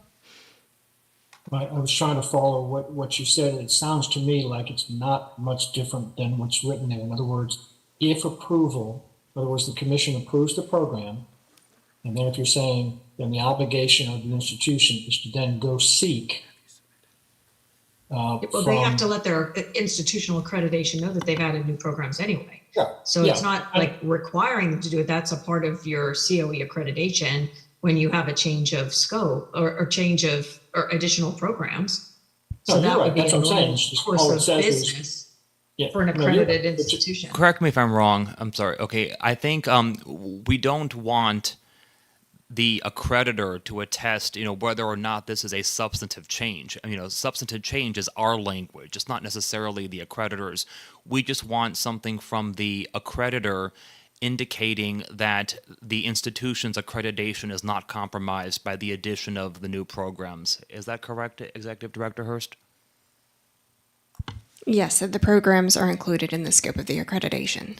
Mr. Harris, do you object to, not as a contingency, but just as an additional order in the clerked order, a provision that within a particular time period, the submission of documentation from the accreditor to the effect that the new programs are within the scope of the institution's accreditation? Yeah, if basically the order says, and this is why I was going to say, if they fulfill, as the chair has said, fulfill their obligation that their obligation is to immediately transmit approval of this program by the state to their creditor and provide back to the commission proof from the COE that the new programs do not constitute a substantive change at the commission, at the COE level, or change in purpose. So yes, it is on approval. They have an obligation to make sure that COE doesn't think it's a change of purpose and therefore not creditable. So yeah, but the first thing is approval here, and then they have the obligation to follow through and make sure that information is provided to you all. And to be clear, the staff recommendations are very clear to grant approval of the programs first. Well, the way this reading says basically that they have to provide, in essence, COE approval before the program is approved by the commission. And we just said that. Okay, so Yeah, we'll just that's all. change that language to say that the commission approves the program But then now the institution is therefore obligated to send that to the commission and provide to this send that to COE and provide information back to the commission. That in fact, the new programs do not constitute a change of purpose at COE. Yeah. Yeah. The obligation is on them to get that back. Yeah, it seems like that was the intent, but let's clean that up then. All right, so we'll take a motion. Eric, Counselor, do you want to read the recommendation then? Correct the recommendation for us? Sure. So, and Mr. Harris, please let me know if you have any objection to this. Well, I'm sure you will. I mean, excuse me, that you will let me know if you do. Ouch. That's what I'm saying. That's what I meant. Okay, so you have the recommendation. I would submit that it reads grant approval of the nail specialist diploma and skincare specialist diploma programs, period. Okay, and then it shall be ordered that the institution submit documentation from the Council on Occupational Education demonstrating that addition of the programs is included in the institution's scope of accreditation, period. Within how many days? 60 days? 90 days? Within 90 days? 90 days, yeah.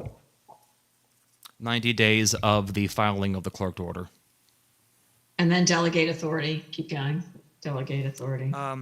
Because this will no longer be a contingency, I don't believe there is any need to delegate authority to the executive director. Right. Yeah, I agree. Okay. So there is the motion before the commission on item 6286.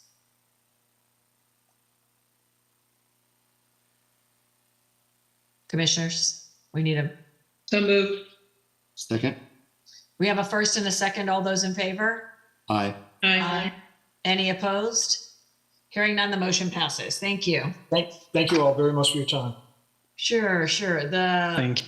The next is motion for extension of license. There are none in this section. Then there are no motions for request of extension of time to comply with contingencies. Moving on to section K of the agenda is substantive change approval. There are 3 institutions in this section, and we will take them individually. It says 3, but then, okay. The first one is Cadis Technical Institute in Kissimmee, number 6013. We have staff's recommendation. If you are here from that school, please introduce yourself. There is not a representative of the school on the line. Okay, thank you. Is there any discussion, commissioners?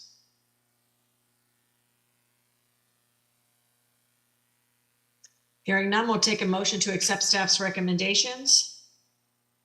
So move. We have a first and a second. I think I hear 2 of you, right? I heard Troy and Jeff.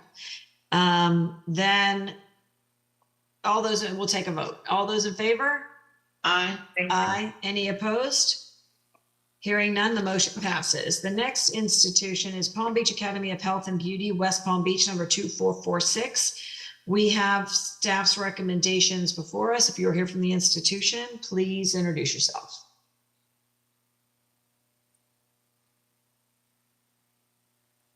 Good morning, Commissioners. This is Dr. Joe Angley, Cole Middleton Group, a consultant for Palm Beach Academy. Hello. Hi. Can you hear me? Yeah. Yes, can hear. Commissioners, discussion?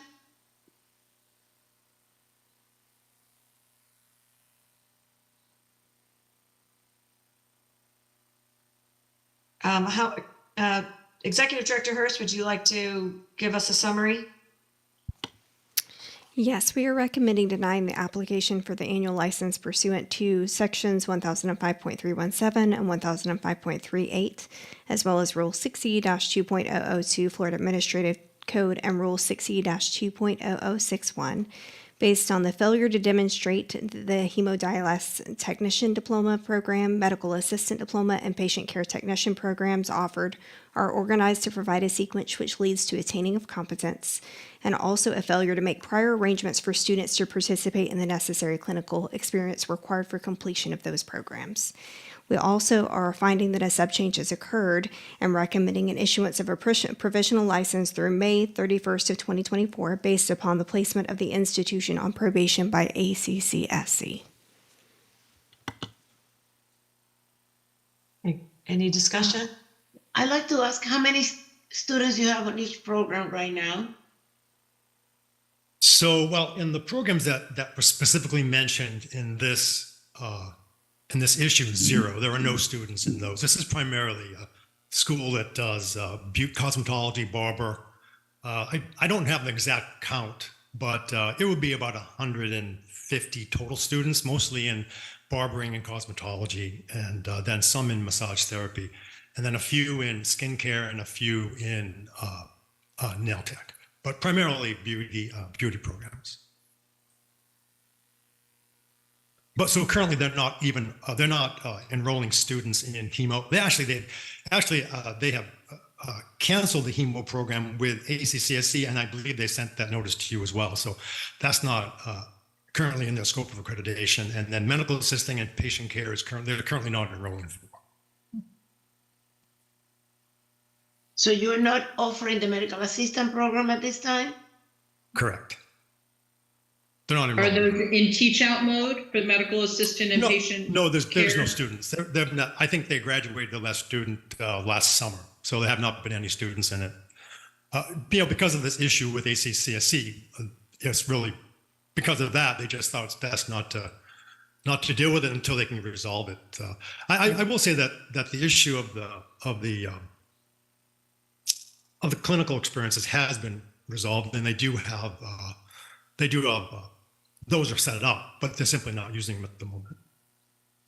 So I guess what's the school's intent here then? Because it seems like what you're saying is that they're primarily a beauty school. They're doing fine in the beauty side.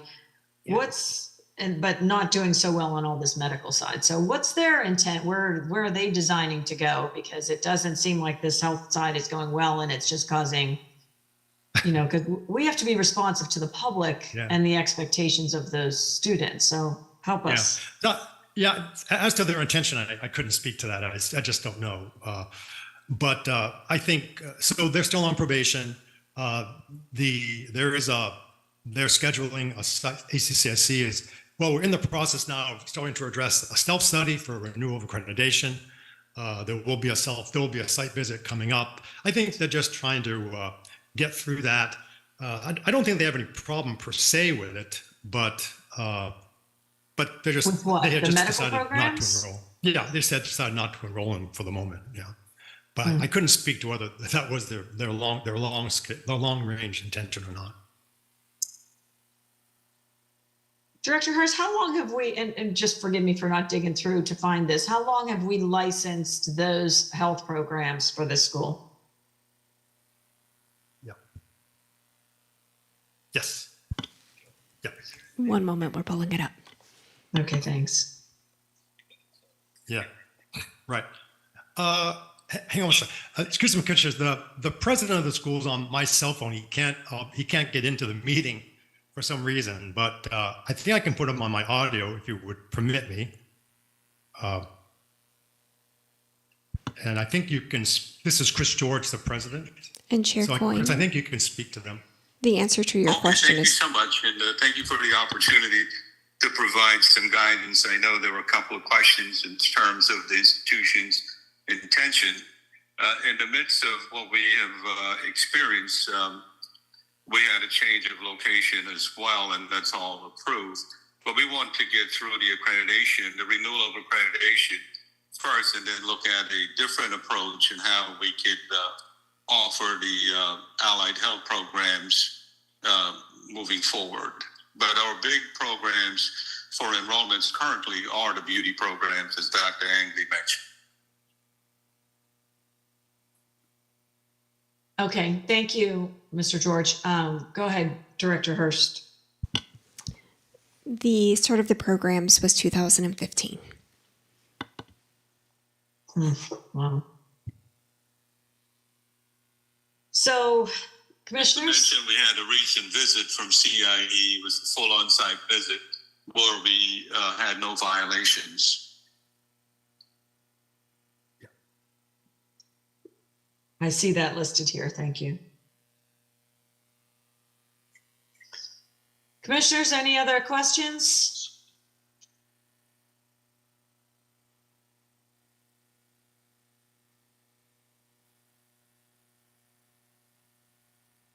Hearing none, we'll take a motion to accept staff's recommendations. So move. Second. We have a first and a second. All those in favor? Aye. Aye. Aye. Any opposed? Hearing none, the motion to accept staff's recommendations is adopted. Thank you, gentlemen. Thank you, commissioners. Thank you so much. The next school is, sorry, I'm on the wrong thing, is Vanguard School of Professional Health, Lauderhill, number 5623. You have staff's recommendations. If you're here from that school and would introduce yourself, please. Hi, I'm the person that introduced herself early this morning when I wasn't called. Oh, hello, welcome. You waited a long time. It's okay. I'm not used to the Zoom, that's why. Well, I am used to the Zoom, but not doing CIE. My name is Maria Rodriguez, and I am the president and campus director for Vanguard School of Professional Health. Okay, thank you for being here. Commissioners, any questions? I apologize. You want to say something? Please, go ahead. Yes, I'm sorry. Also on the line, I have my Chief Executive Officer, Marcia Santos, as well as my Chief CFO, Marlene Barrera. They're also on the line, I believe. Okay. That is correct.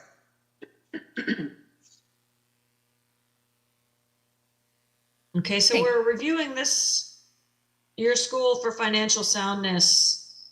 You want to, how's it going? What's happening? Where are you expecting improvements? Okay, so I did submit the latest financial improvement plan, where I indicate how we got accredited through Bonnet, which is a certification for the hemodialysis program, which has give us a little bit of traffic, and I say a little bit because it's only been a couple months, which has allowed us to offer a review program.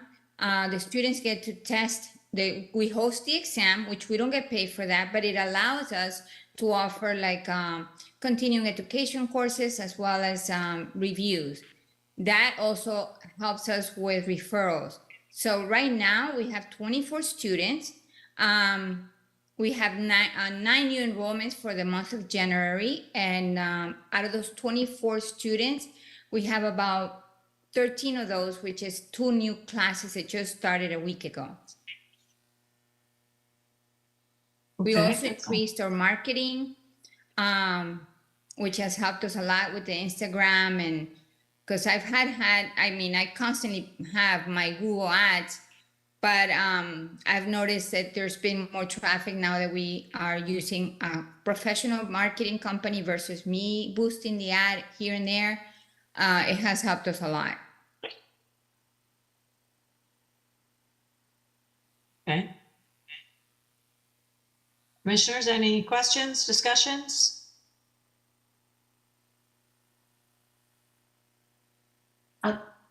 We had some issues with the finances, and 24 students and 9 more coming. Would that be able to sustain the institution? Well, these are difficult months because we're getting the holidays coming up. So we normally don't foresee any students registering in the month of December. Nobody really ever does. We do have a big overhead, and we don't have any financial aid. We are applying for accreditation, which we just submitted our last report. We had a site visit, 100%. We passed with 100%, as well as CIE. They did a visit the beginning of the year, I believe it's in April. Also with, I think maybe one finding. So I think it's a lot of things are gonna change next year. This is just the end of the year, and like I said, I have 9 students for the month of January. The ones that are starting now will continue to be part of those new enrollments at the beginning of the year. And then we continue to have courses coming up, the same program, which is our most, I would say my most, our best program, the hemodialysis program, because we literally have no competition. I want to say I have no competition because my partners own their own clinic, so the students graduate and right away it's easy to place them. So my placement and retention has always been in the high 80s. So would it be enough? Well, we're doing our best to increase that. Like I said, by applying for accreditation as well as creating, getting accredited through Bonnet, creating reviews. I'm hoping for a better year. Let's put it that way. Can I be heard? Sorry, can anyone hear me? Yes. Marcia. Hi, yes, I just wanted to share a few thoughts from the perspective of a dialysis unit operator. There is a huge shortage in the market of patient care technicians, especially of good, qualified, trained patient care technicians. The school has helped fulfill a very strong demand in the market with the students coming into there. The school being new, of course, people are getting to know that we exist. People are getting to understand more about the job of a technician and the rewards in the profession. We have done quite a bit of outreach recently as well. We're hoping that we'll be able to capitalize more on the students knowing that we're here. Not having the financial aid for the target population, for the target students that we're looking for has always been a challenge. Those are students that typically don't make a lot of money. What does, okay, just money a question. What's the salary of these individuals when they complete your program? The beginning salary? They will usually come out earning about $17, $18 an hour. Within 2 years, they're expected to be at $22, $23 an hour. Have you partnered with Career Source Broward? We're in the process. I already applied. They said it takes about a year or 2. So I applied about 6 months ago. Oh, it shouldn't take you a year to get your program approved for individual training account funding for their clients? That's what I was told. Oh, I would follow up. Okay, It shouldn't take a year. But I did apply already. It makes a difference with your accreditation to be accredited for the hemodialysis, but it should be able to be put on their training provider list. I did get placed on a training provider with vocational rehab. Okay, so that should help with Career Source Broward as well. Yes.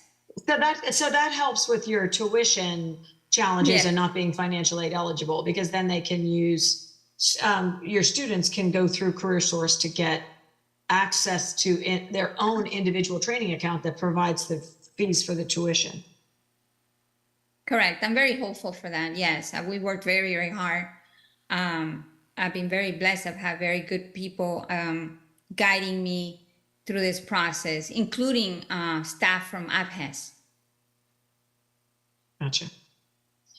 Yeah, I just wanted to mention that I'm sorry. Go ahead. No, go ahead.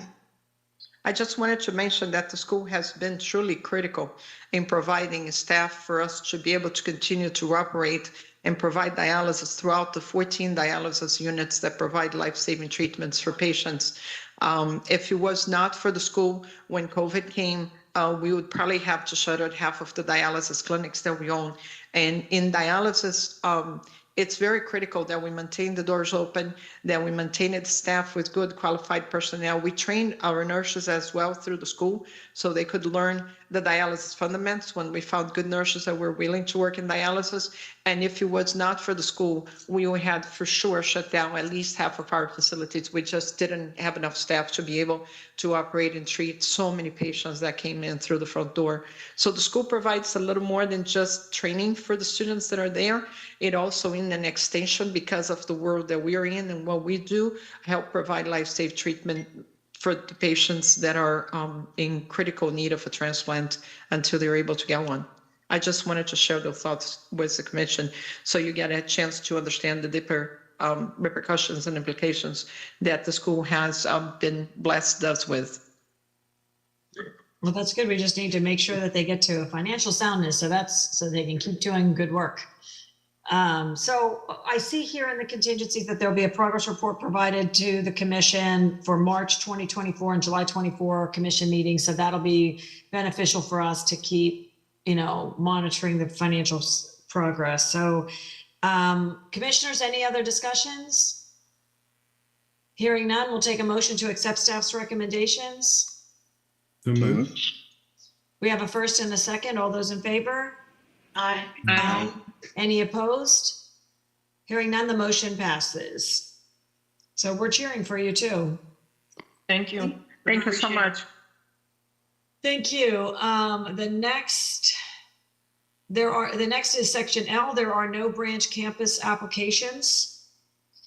There are no applications for name change in section M, and there are no agent training program applications in section N.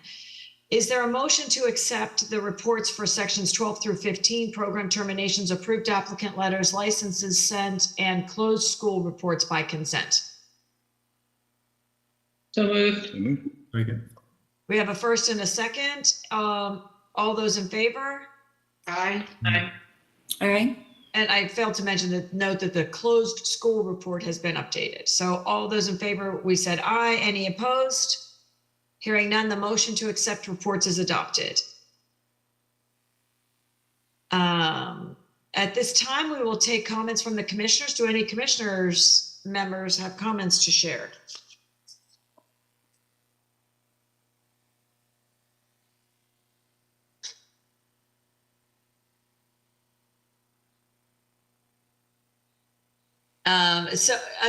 Director Hurst, I would ask you, so we don't need to take a recess, but we do need to consider we don't have to reconvene as the Rules Committee because we finished the Rules Development Workshop as the Rules Committee yesterday, but we would like to entertain the recommendations of the Rules Committee at this time. Is that correct?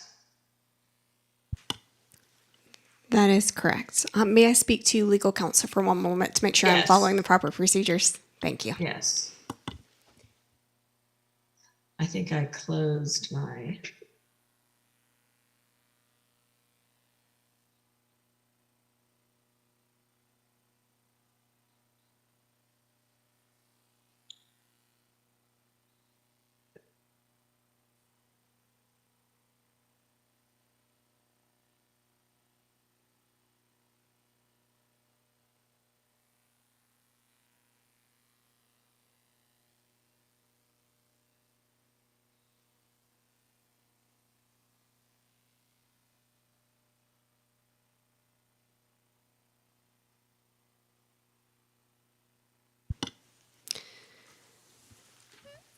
So the best practice for this would be to basically restate what the Rules Committee decided yesterday. And I have one additional comment for the Rules Committee, and then we can move into your commissioner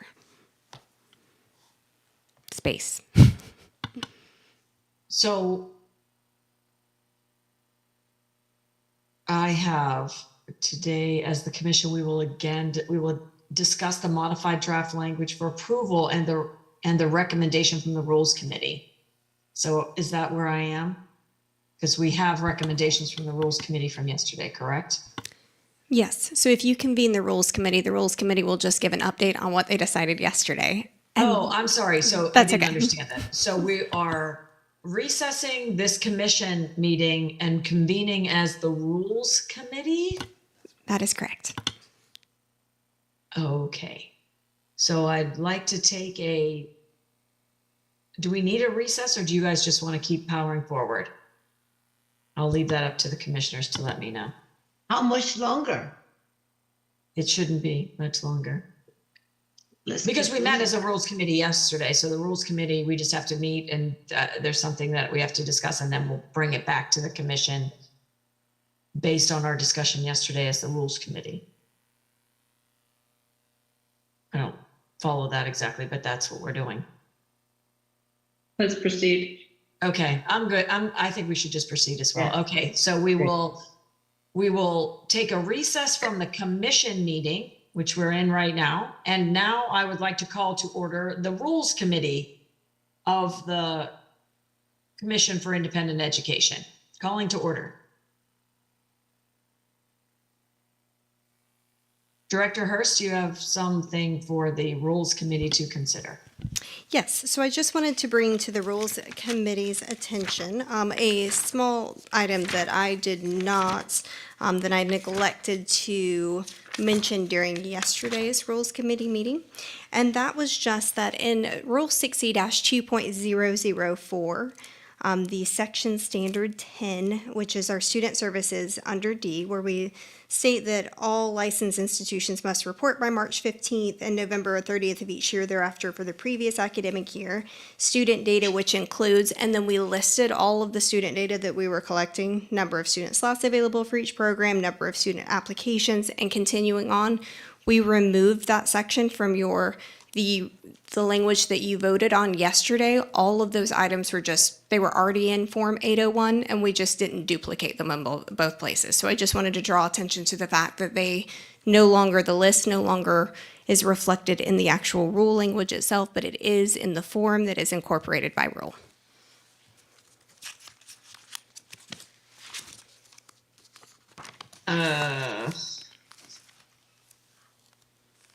So I'm flipping pages, trying to follow you. So So tell me where it is again. Tell so me. if you go under, Oh, I'm sorry. It's that's number okay. 5. So it would be under 6E-2.004, and it'll be under standard 10D, where you get to where we talk about placement, retention, and graduation, and the requirement of data. Okay, stand by.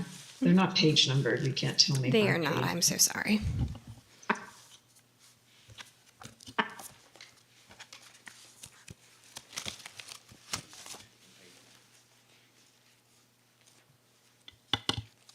I'm not finding it.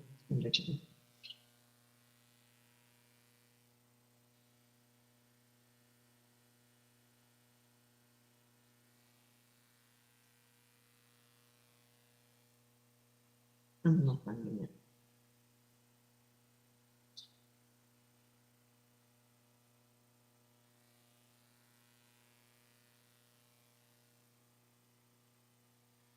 Okay, you're just gonna have to walk me through it. So, okay, so okay, now I found standard 10, and you're saying it's under D. Yes, it is. So let me I'll walk you through it very quickly. And it says, so I'm just trying to understand, you're striking all that? So what we did, and it was the version in front of you yesterday included this information, or was the accurate one that was in front of you. Give me just a second, I'm pulling up. Under D, which is all licensed institutions must report by March 15. And then there's 1.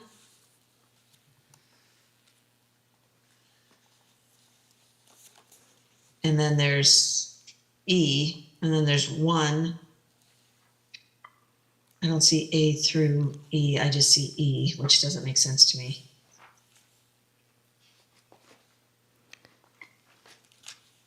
One, two, three, four, 5.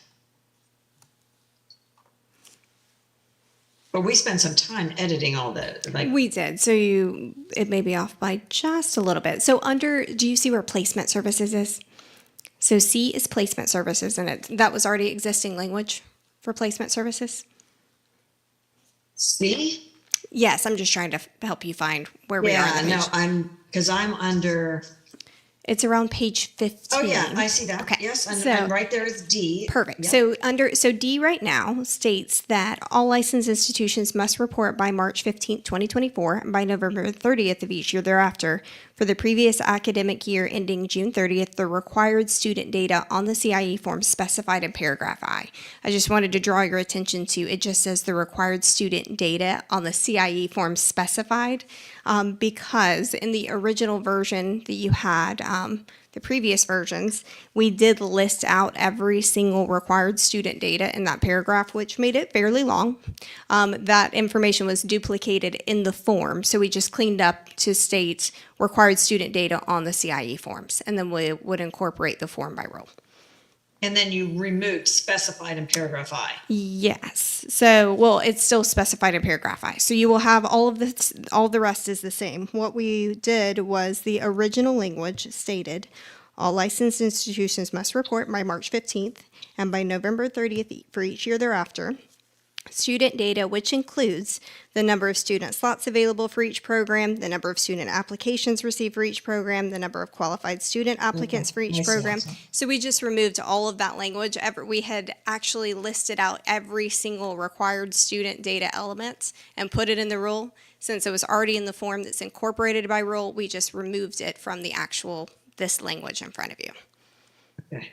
Just And in it's case still someone asked listed you in where it went. paragraph I in the subsequent paragraph I. Yes, so now it just says on the CIE forms specified in paragraph I to clean up the Okay. language. Okay, all right. Sorry. Nope, I that's okay. was I just forgot to, trying to I follow neglected along. to mention that yesterday. Anything else that we need to know or discuss? That was it. So do we have to take because we had already authorized you to be able to make any modifications or changes. Yes, that is correct. So we don't need to take any other kind of vote. Now we can just go back to the commission meeting and take the recommendations from the rules committee as they were stated yesterday. Yes, that is correct. Okay. Okay, so I'm going to adjourn the rules committee. I'm looking for approval of correction. Is that correct?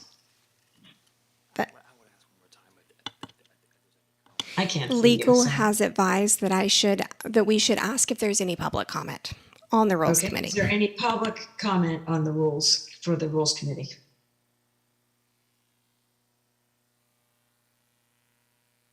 There is no public comment. Hearing no public comment, can I call to adjourn the rules committee? Do we have a motion to adjourn? So moved. Second. We have a first and a second. All those in favor? Aye. Aye. Any opposed? The motion to adjourn, the meeting is adjourned. We are now reconvening as the Commission for Independent Education. So I am Mildred Coyne, serving as the chair. Today is November 9th. We're out of recess is actually what we are, right? That is correct. We are out of recess on the Commission for Independent Education, and we have an action before us to vote for approval to send the draft language of the commission to, we have the commission now has before us the Rules Committee recommendations to submit the draft language to the State Board of Education for final vote in January 2024. Director Hurst, do you want to go, do we need to go through each rule? We do. So the options for the commission today are to vote for approval to submit the draft language that was approved or recommended from the Rules Committee to the State Board for final vote in January 2024, with or without any additional modifications, or defer the vote to a future meeting. So if you'll take the draft rules one at a time, and then you'll vote as commissioners if you would like to accept the recommendations from the Rules Committee and move those forward as the final recommendation to the State Board of Education meeting in January of 2024. Okay. All May I right, ask so a question? go ahead. During the Rules Committee, we recommended to pass the rules with the modifications discussed and granting, the executive director the ability to make corrections and fix grammatical items. If we approve the recommendations here, that would be inclusive of those provisions. Is that correct? That's my understanding, yes. Is that correct, Director Hurst? Yes, so the language would be if you can vote, if you're going to approve the draft language from the Rules Committee with their modifications, and then you could continue with the give the executive director the authority to make minor edits and so on. Okay, so let's try the first one. The first rule for consideration is 6E-2.004, Florida Administrative Code Standards and Procedures for Licensure. We have a recommendation from the Rules Committee to accept the draft language with modifications from the Rules Committee and the authority that was granted to the Executive Director to make minor edits and modifications in response to input from the public and Department of Education, including stylistic, grammatical modifications and associated reference modifications. So as the commission, we are accepting the recommendations of the Rules Committee and those changes that we discussed yesterday for that first standards and procedures for licensure. Is there any discussion on what was submitted? What is the recommendation from the Rules Committee?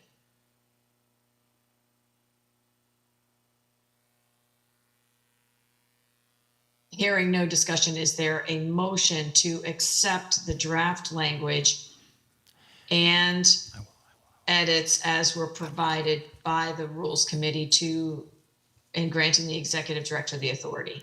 Madam Chair, Minor edits. Madam Chair, I would recommend that before a vote is taken, that the public be invited to comment. Is there any public comment before the commission votes on the Rules Committee's recommendations? There's no public comment on the line. Is there a motion as stated? Second. We have a first and a second. All those in favor? Aye. Aye. Any opposed? Then the draft language is approved for as stated. I'm sure I'm on the wrong. So then the next rule for consideration is 6E-1.003, Florida Administrative Code definition of terms. Is there Commissioners, before us, we have the recommendation from the Rules Committee and the suggested edits from the Rules Committee, where we gave the Executive Director authority to make minor edits and modifications in response to input from the public and the Department of Education, including stylistic, grammatical, and modifications and associated reference modifications. Is there any discussion? Hearing none, is there a motion to accept the definition in terms as recommended by the Rules Committee with the authority granted to the Executive Director to make those edits? Madam Chair, I would recommend invitation of public comment. Is there any public comment? There is no public comment on the line. Is there accepting a motion to accept the Rules Committee's recommendations and the Executive Director's authority to make edits? So moved. Second. There's a first and a second. All those in favor? Aye. Aye. Any opposed? Hearing none, that motion has passed. Next, we have the rule for consideration is 6E-1.0032, Florida Administrative Code Fair Consumer Practices. We have the recommendation from the Rules Committee that was also authorizing Executive Director to make the authority to make minor edits and modifications in response to input from the public and the Department of Education, including stylistic, grammatical modifications and associated reference modifications. Is there any discussion from the commissioners? Is there any public comment on this rule? We have one public comment. Mr. Harris. Madam Chair, members, and Director, I just want to let you know that we are alive out here listening and breathing, and we're not raising our hand because everything went so well yesterday. But I just want you to know we're here. The fact you don't hear anything doesn't mean that we're not here. So, Well, thanks for that, Mr. Harris. all right, Appreciate thank you it. all. All right. Glad to hear that you're still alive, Mr. Harris. I haven't gotten a text message or anything from you in 5 minutes. I was beginning to worry. I just wanted to know we are here listening. Thank you. Bye. Thank you. So is there any other public comment on this rule? There is no additional public comment. Hearing no further discussion, is there a motion to accept the draft language as provided by the rules, recommended by the Rules Committee, giving the Executive Director the authority to make minor edits and modifications? So move. Second. We have a first and a second. All those in favor? Aye. Aye. Any opposed? Hearing none, the draft language the motion carries. The next rule for consideration is 6E4-4.001, Florida Administrative Code Fees and Expenses. You have before you the recommendation of the Rules Committee with the Executive Director's authority to make minor edits and modifications in response to input from the public and the Department of Education, including stylistic, grammatical modifications and associated reference modifications. Is there any discussion? Hearing none, is there any public comment on this rule? There is no public comment on the line. Thank you. Hearing, if there's no further discussion, is there a motion to accept the draft language as recommended by the Rules Committee, giving the Executive Director authority to make edits? So moved. Second. We have a first and a second. All those in favor? Aye. Aye. Any opposed? The motion passes. And I believe that's all of them, correct? That is, and just so you know, thank you for your vote. We do appreciate it. At this point, all of those rules that you have just now voted on will be submitted to the State Board of Education in January of 2024 for final approval. Upon their final approval, then they will actually be placed into rule. So thank you very much, and we will keep you updated on that progress.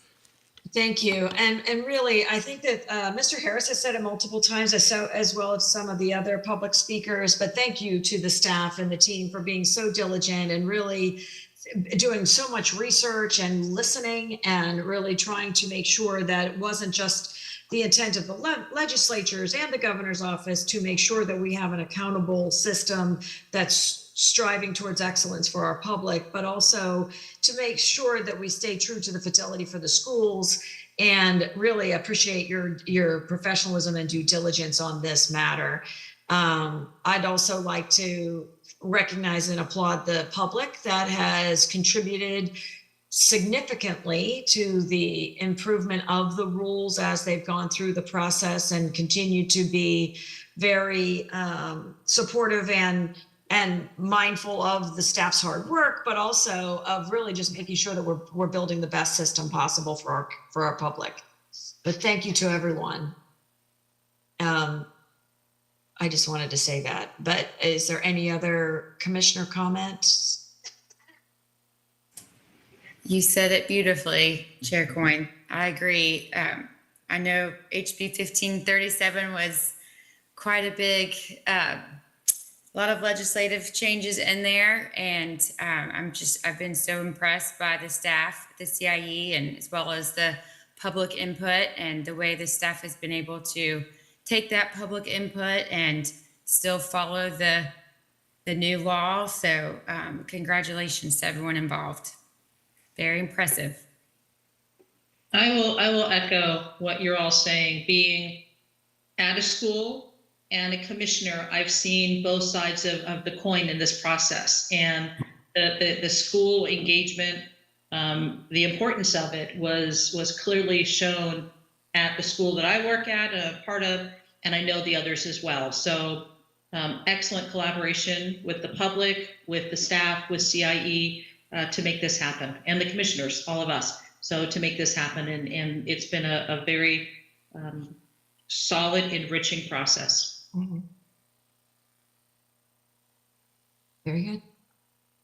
With that, I do not, unless there's other commissioner comments on other matters, I believe that we are at the end of day 2 of a very productive November 8 and 9 CIE meeting. And hopefully you all will have restful holidays and great time with family and friends in the upcoming months, and we will reconvene in January. If I'm not mistaken. Hopefully I'm not mistaking that. No, that's right. That is correct. It will be January 25th and 26th, 2024. Very good. Thank The you, meeting is Chair. adjourned. Thank you, everybody. Thank you. Thank you.